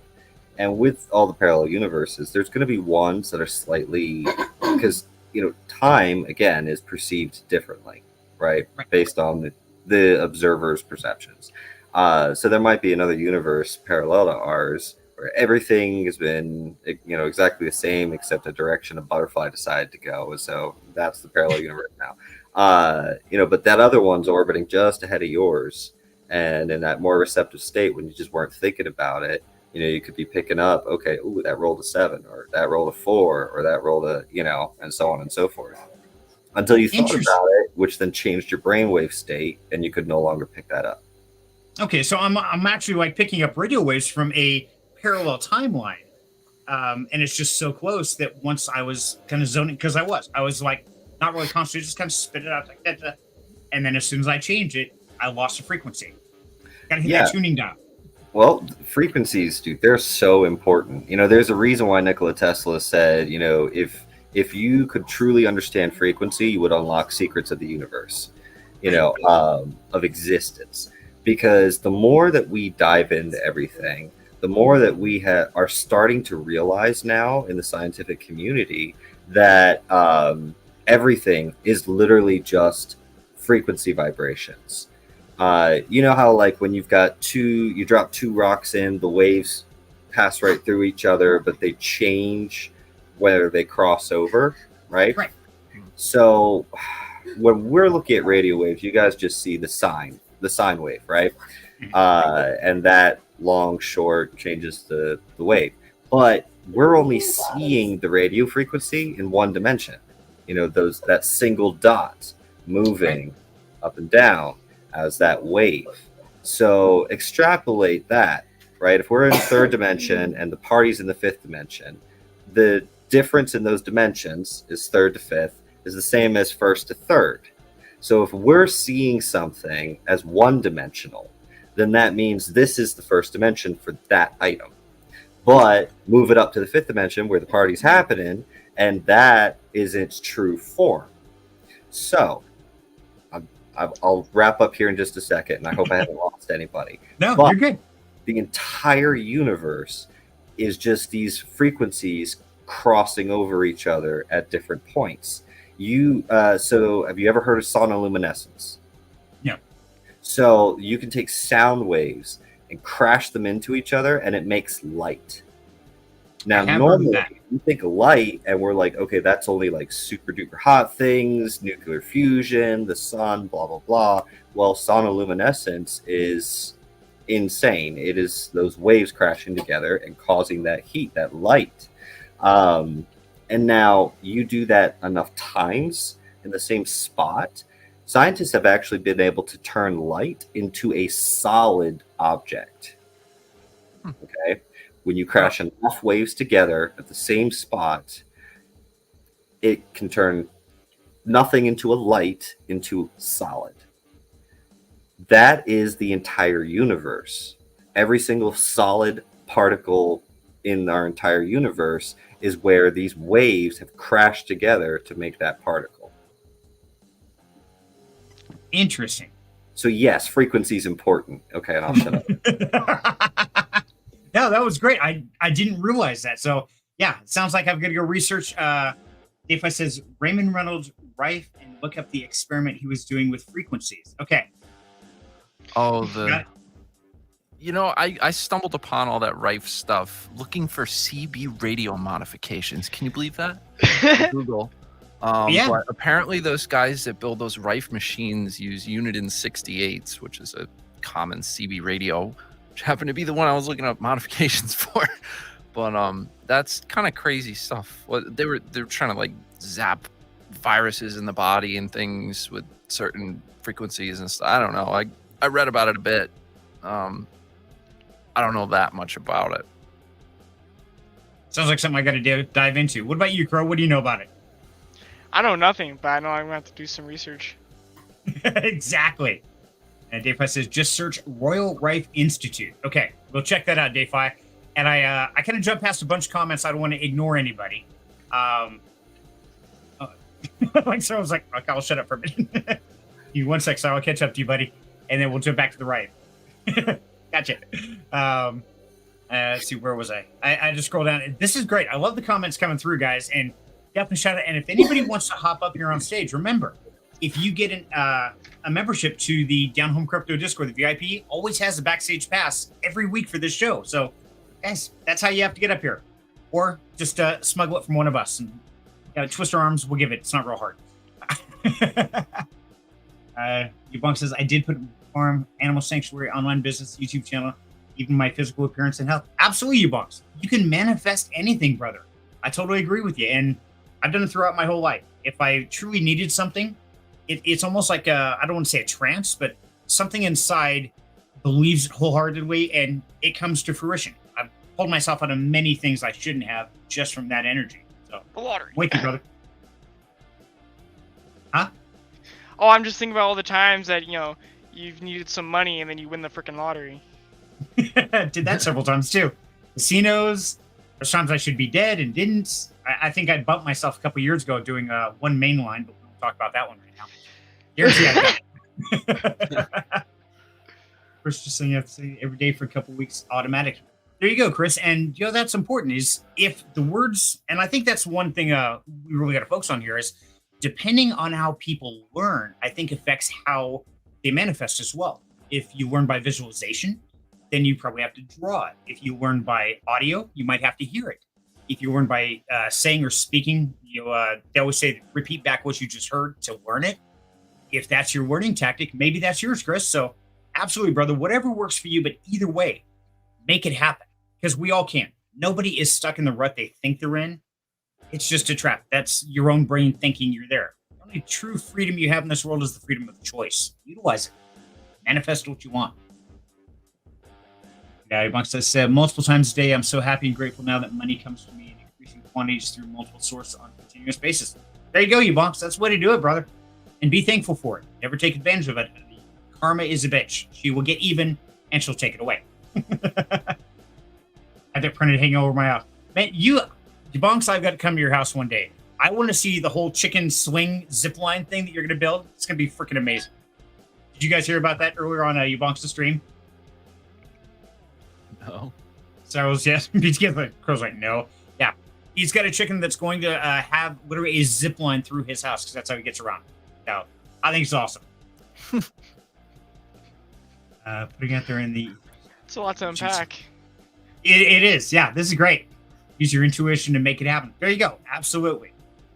And I lost where we were in the conversation. I totally am lost here. So research. Okay, there we go. Yep. Okay, back to where we were. Resonant frequencies destroy bacterial viruses. Absolutely, because every living organism, every creature is susceptible to frequencies of some sort. Even inanimate objects are glasses. You can break glass with a certain frequency of sound. So yeah, I can see that.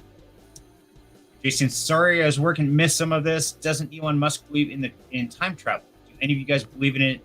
I don't see it, but what do I know? I don't know. What do you guys think about time travel? Well, first. First. Yes, first. Go ahead. Right before we leave frequencies, and I'll take a very short period of time on this, I promise. Fun fact. I love my fun facts. Do you know where the phrase "ghosts in the machine" came from? No. So, "ghosts in the machine" was a phrase that was first coined back when the industrial era first started by a researcher who discovered that for some reason people are seeing ghosts like at night around these factories as the homes started getting older and things like that. The resonant frequency of the human eyeball is approximately 18.8 hertz, which is a very ultra low frequency that's outside of our hearing range. But that's the resonant frequency of our eyeball. And it turns out that anytime people are seeing ghosts or apparitions or whatnot, it is because their eyeball is experiencing a frequency in that resonant range. And this, the reason why it first was discovered during the industrial era, if you put a bunch of machines in one area, the cycling of the operations and everything of what they were building at that time, all of it together formed a standing wave of 18.8 hertz. So at certain areas in the building, depending on the size of the building, so the frequencies were bouncing around, those standing waves could be in certain areas one day and certain areas another, you know, so that's why that phrase "ghosts in the machine," and a lot of older homes that people think are haunted. The old timbers are unsteady and will creak and vibrate at that frequency. Interesting. Yeah, I always thought it was a police song, "Ghost in the Machine," so it's okay. Me too, actually. All right, I'm not the only one here who got that joke. Good. Okay, and I saw like 10 more comments just roll through. Oh my god. But Jason had the one about the time travel, so we got to ask. Well, where was I? There it is. I think it was it. Yeah. Okay. So time travel. So now we've talked about everything else. Now, if we're talking about time, is in the first dimension, correct? It's time. You mean as in the fourth dimension? Isn't the first dimension? Isn't that time? Is where it starts? No. Time is a single point. Okay. I'm sorry. The first dimension is a single point, right? Second dimension is, you know, side to side, and then third dimension you get height, side to side, yada yada. Okay. But no, time travel is what a lot of people, the fourth dimension is what a lot of people mistakenly call time. To understand what time is, we need to first understand what the third dimension is. And to do that, we kind of have to understand the second dimension. A lot of people think they understand the second dimension, but they don't, right? So the second dimension is literally just a single slice of the third dimension. It can be any slice of it, but it's a single slice, right? Just like if you take a third dimensional body and you do a CT scan or an MRI, and they look at individual slices of the whole object. And so the brain starts off super tiny on the slide, gets big, and then gets small again, right? A third dimension is literally just a ton of second dimensions stacked on top of each other. That's all it is, okay? So once you understand that, and you understand what the third dimension is, then you can look at the fourth dimension. Humans perceive events that take place in the fourth dimension as time, because we are third dimensional beings. We don't exist in the fourth dimension. We can't see it, right? So if a two-dimensional being sees a third dimension, they'd only see a single slice of it at a time as they passed through it. So for us, time is just us passing through stacked slices of stacked third dimensions, basically, just like the third dimension is stacked two dimensions. That's us passing through it, and that's how we perceive it. So it's location based.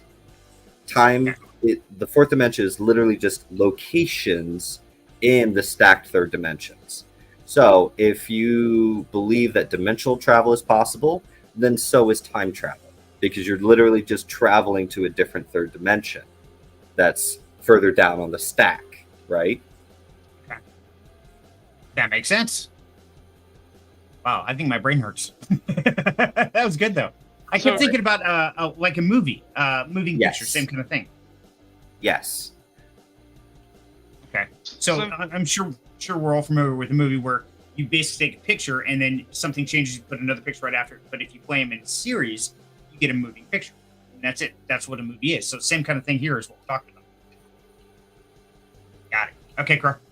So if the fourth dimension is a bunch of third dimensions stacked on top of each other, theoretically, if like somehow you resonate or something like that, or dimension travel, could you fall through a bunch of third dimensions and just fall through time? Well, that's a good question. Yeah, you know, but in order to pass through these third dimensions, you would have to be frequency tuned to that dimension, right?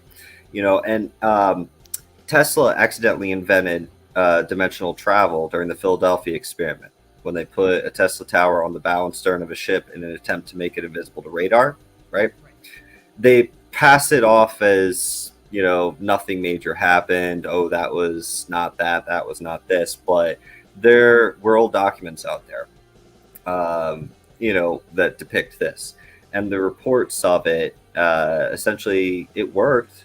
The ship disappeared, just not from radar. It just disappeared and was spotted a little bit later off the coast of Norfolk, Virginia, in way too little time for it to have traveled there. And then when it popped back off the coast of Philadelphia, nobody would respond. They went over there. They found bodies half in, half out of bulkheads, as if the ship had kind of dematerialized and then rematerialized around them. So without diving into a whole bunch of basics to understand the more advanced topics, the key to traveling dimensionally across third dimension, so the key to time, is electromagnetic frequency. There's only two things that can affect the fabric of space-time, which is essentially the box that the third dimension is in. Two things: gravity, which we don't even understand what that is, and electromagnetism. So those are the only two things that would affect it. So yeah, you could potentially do that and fall all the way through. But in order to have that happen, you would have to have the frequency shifting perfectly all the way through every single one that you're falling through. That sounds like a really bad day. Yeah, you got super bumped. Yeah. You know how I like to think of it too? That one time me and Sai talked about this for hours, and we kind of like talked through it, got to the third dimension, right? Like, we're third dimensional, so this is our slice, this is our timeline, right? And there's infinite timelines, but we can't experience them unless we were fourth dimensional beings. Now, fourth dimensional beings experience all the timelines at the same time, right? And Under that's one their set of singular physics. They have, right. So we have one of those timelines. They're all timelines, right? So, but they still operate on one set of physics. Now, the fifth dimension would be all timelines happening simultaneously, or all timelines just as they are, plus all physics, infinite physics. So that's where really that's where the party's happening. Right. That's where you can't think about it anymore. I mean, we have absolutely no I mean, we could barely understand all timelines at the same time, but we can still theorize or kind of think about it when you just all physics, all possible physics that there ever could be, and it's good luck, so that would be the fifth dimension. Yep. Yeah, that's where it starts getting psycho crazy, and there's no way we can even comprehend it because we're not even at the fourth. So it's like, yeah, we can't even grasp that. But that's where we are. Yep. I thought we're at the third. No, so he's talking about our soul, right? The one that's okay. Avatar piloting the third dimensional bodies. Yes. So we're in our higher self, our soul, who we are, is contained in the fifth dimension. Because we discussed that earlier, and why that has to be because of the standing waves and everything like that. Mm-hmm. Okay, I got confused when you said that we are in the fourth dimension. Wait, what? Okay, gotcha. We're on the same page now. I get what you're picking down. Okay, so let me catch up on the people here real quick. Wow, we're having a blast here. I see. Okay, that's where we were. Okay, so here's a good starting point, especially the old newspaper, rife.org. Okay, so write that down. Rife.org if you want to learn about the rife and the waves and stuff. Check that out. Yeah, boy. Yeah, I hear you. I felt such blues think about that when I heard Cyril talking about something. Yeah, I blame it all on Cyril. Absolutely. And it's making a great show. We're having a blast. Got me going down the rabbit hole now with Rick. Yeah, I know, Chris. I feel the same way, buddy. Fun fact, the AMA was formed to shelve his work and shut his lab down. Really? You know that. Okay. Now, I've really got to go do some research on Rife this weekend. Well, I know what I'm doing. Dude, he had hundreds of, I'm sorry, he was talking about Rife. Or did he comment that when I was talking about Tesla? Frequencies. Tesla, he's talking about Rife there. Never mind. Okay. Yeah. But I wanted to add before, Tesla was involved in the experiments you were talking about, and he said no. He was like, hell no. I'm not going to do this. Like, you guys are nuts. Right. Yeah, it's crazy. The things we've done without knowing what the hell we were doing is scary, to say the Oh my least. beer, watch this shit. Wasn't that the ship it was called the USS Eldridge, right? That was the one that disappeared. Think? Yeah. I don't I don't remember. know. I'd have to look it up. That's Girl, too you close get a to keyboard. Eldritch. They made like a really cheesy movie about it too. Like, you Yeah. know. Philadelphia Experiment. Yeah, it was a pretty bad movie. It was the 80s. Who's the guy though? There's some guy. It was like some technician that like worked on that stuff. And reading about all that led me to like even crazier stuff like the Montauk Project, Project Rainbow, like all that stuff. The Montauk chair, you know. And you want to talk about manifestation? They apparently manifesting things there, but you know that gets pretty sci-fi. But apparently, if you go there, out to Montauk on Long Island, like you will see these giant electrical services and things going down underground. So I don't know. I love the fingers. That's great. It's gonna explode. Ignoring it. Walden says astral travel is fairly common, so why not time travel? Exactly. Yeah. And you know, it's funny you said that, BTK, because I look at it and I think about it. Right now, we call it technology. But if you back up 200 years ago, call it magic. Cell phones, computers, what the hell? Wi-Fi? What is all this? CB radios. And that's magic shit going on there. It's all about our understanding. And so I think all of this in time, pardon the pun, is going to open up our eyes. We're going to evolve to that to some degree. Or, you know, we'll just yeah. Yeah, I think we're almost at that state.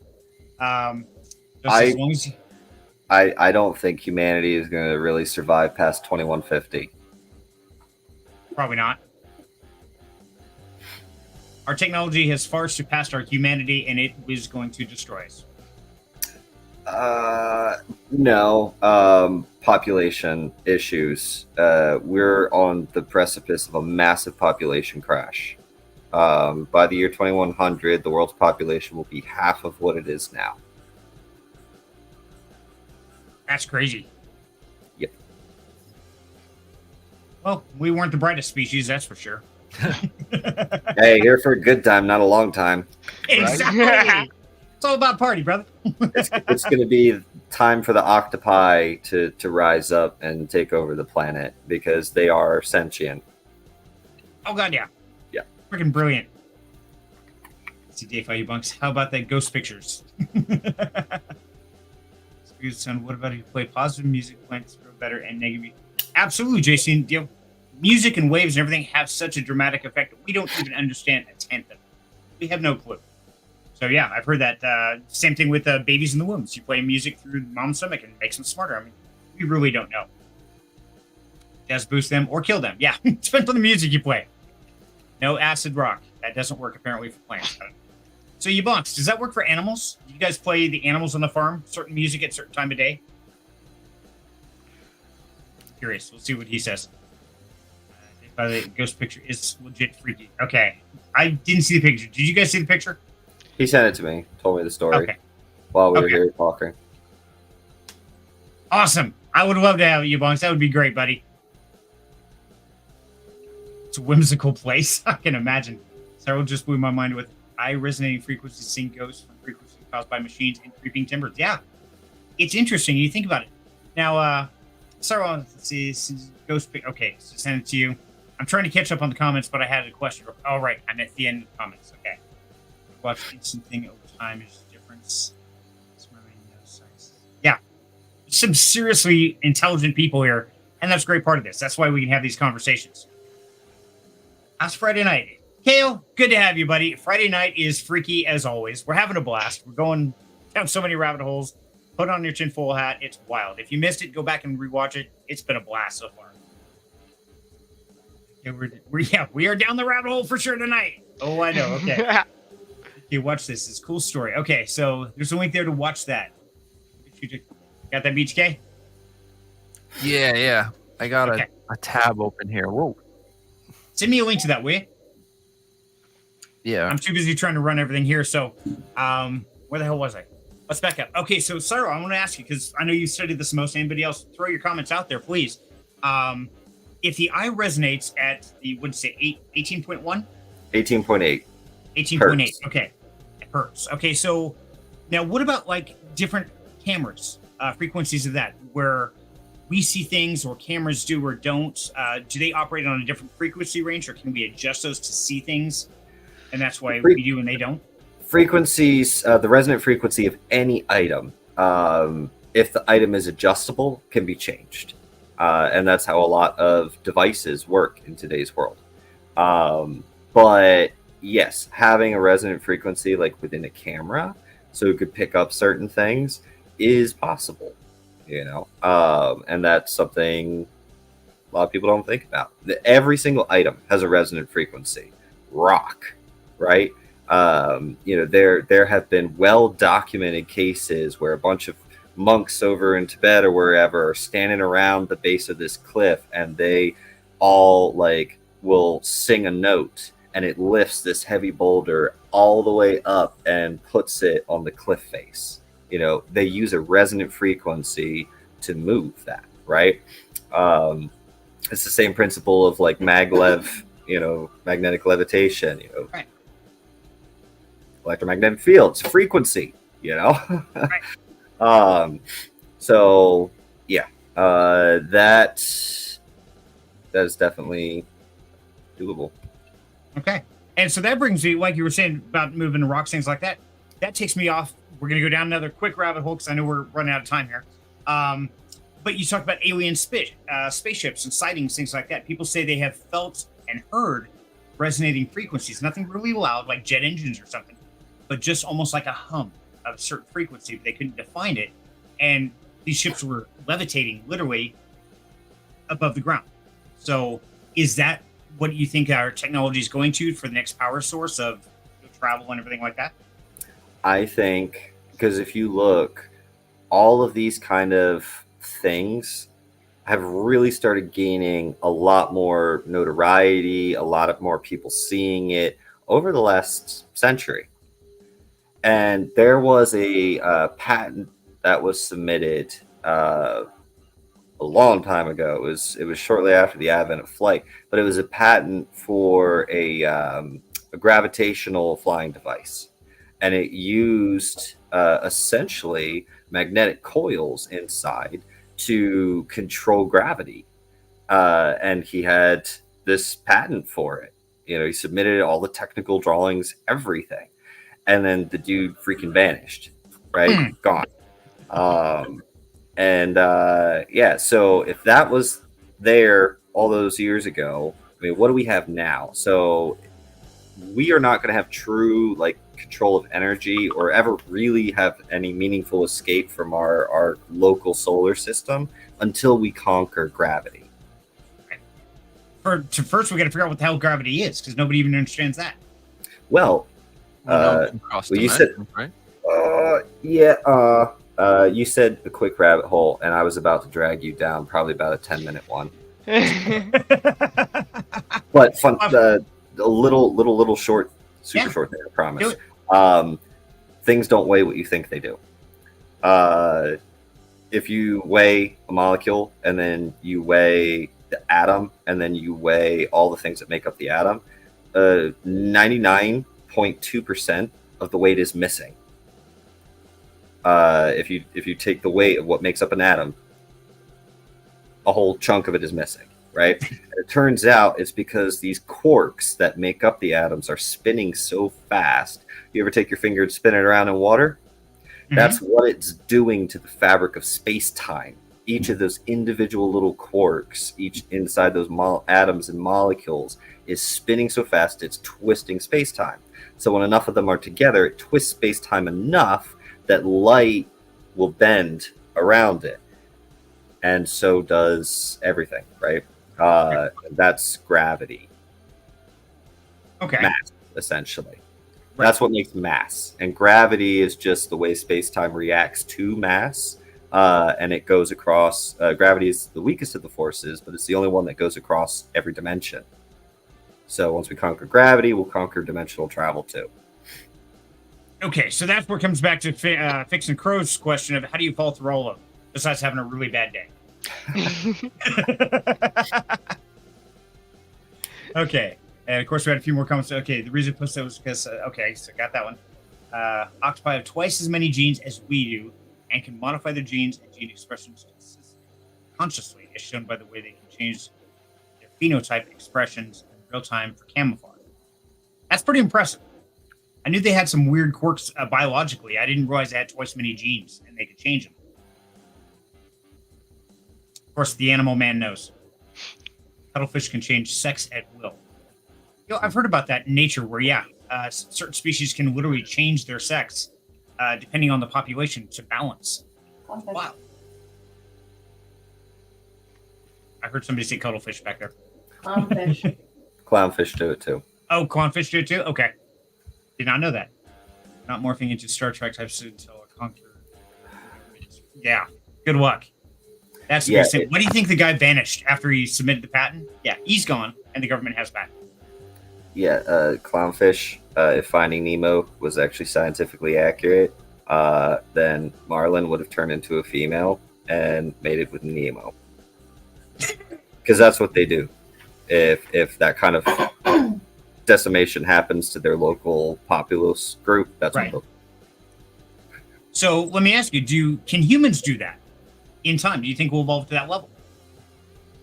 It's tough to say. Every 350 million years, the complexity of genetic genome structure doubles, right? And so fish, when they first came about 350 million years ago, they have about half of what we have. So it would take a while, I think, before we reach the next stage of genetic doubling, and I don't think we'll be around for that. We'll nuke ourselves before then. Some other form of life will be what achieves that, just like, the fish. Right. And that makes sense. Absolutely. Chris says, Dayfi, thanks, man. I'll be up all night watching these documentaries. Glad we could help. This is great. Dayfi, I'm going to have to check out that video. Absolutely. But send them to Cryptopia. Cuttlefish, eh? That's wild. Wild angel. There you go. See? Connecting the dots all the way back to the start. And round and around we go. This is great. I think toads and frogs also do that. Clownfish do. I don't know. Do they? Do toads and frogs do that? Yeah, some of them do. Do they? Okay. Yeah. So it seems like the amphibians are kind of a step ahead of us, but then again, water was here before we were. So that makes sense. Yeah. Mr. Mythos channel. It's pretty cool. He puts on a lot of work videos and stories. Actually, okay, so we got to check out Mr. Mythos. And a worthwhile thing to think about: those species that have been around longer, that have adapted to be able to change, gender based off of the need. They've been around long enough that they've gone through at least one extinction level event here on Earth, right? Our extinction level event's coming up. So if we manage to survive, will we also adapt the ability to do that? And maybe is the reason why people are seeing, things kind of trend that direction is because we know in the core, we all know we're screwing up the Earth, right? And we're going towards some kind of extinction event that is not going to be hospitable to humans. And maybe nature is kind of preparing us for that rapid shift because we haven't been around as long. Right. That makes sense. So really, we think we're the top of the food chain, and we're not even close. We do not have the skills to maintain the top. Mushrooms are at the top of the food chain. Really? That makes sense. Algae, bacteria, I can see that. Plus, it's the largest. Mushrooms actually make up the largest single biological organism on the planet, which to me, if you're the biggest, you're the apex. Sorry. Right. And the simple fact is they feed off us. So yeah. Last of Us. There's something that eats us. Yes. Okay, so we got to wrap this up here, guys. We are out of time. Let's see, Wildness says you belongs to the non-alpha male cuttlefish can change sex to trick the alpha into letting them near the females. Ooh, smarter, not harder. I like that. Just got to be sneaky about it. It's a good one. I didn't know that. It's like when you pretend to be gay. I was Right? just thinking that. We were all thinking it. I just said Oh yeah. First thing pops like, okay, so yeah, I'll think about that. Gotcha. Dave's laughing. Guys, this has been an absolute blast. And as always, everybody, thank you for joining us tonight. We'll be back next Friday for more crazy stuff. And there's only one thing I ever ask, which is hit the like button, subscribe to the channel, tell your friends about us, and come hang out. Have fun. Every Friday night, we're here. So, gentlemen, this has been an amazing conversation of completely mind-blowing, freaky stuff. And I want to thank each of you for stopping in and spending your evening with us. It's been a blast. Heck yeah. it's been Thanks for having fun. me. Thanks for having me. Absolutely. Hey, no place I'd rather be with the people I'd rather be with. So, thank you guys. Tune Dave in Wessing, next week yes. to have these people discuss maybe Earth is being terraformed. Did we domesticate wheat, or did wheat domesticate us? Because now it's the best it's ever been, and it's everywhere, and it has people that tend for it. Find out There's a next thought. right? Okay, next time. Tune in next Friday to find out the answer to that question. Have a good night, everybody. Thank you. Have a great weekend. We'll catch you next time. Later, everybody. Bye, Bye. guys.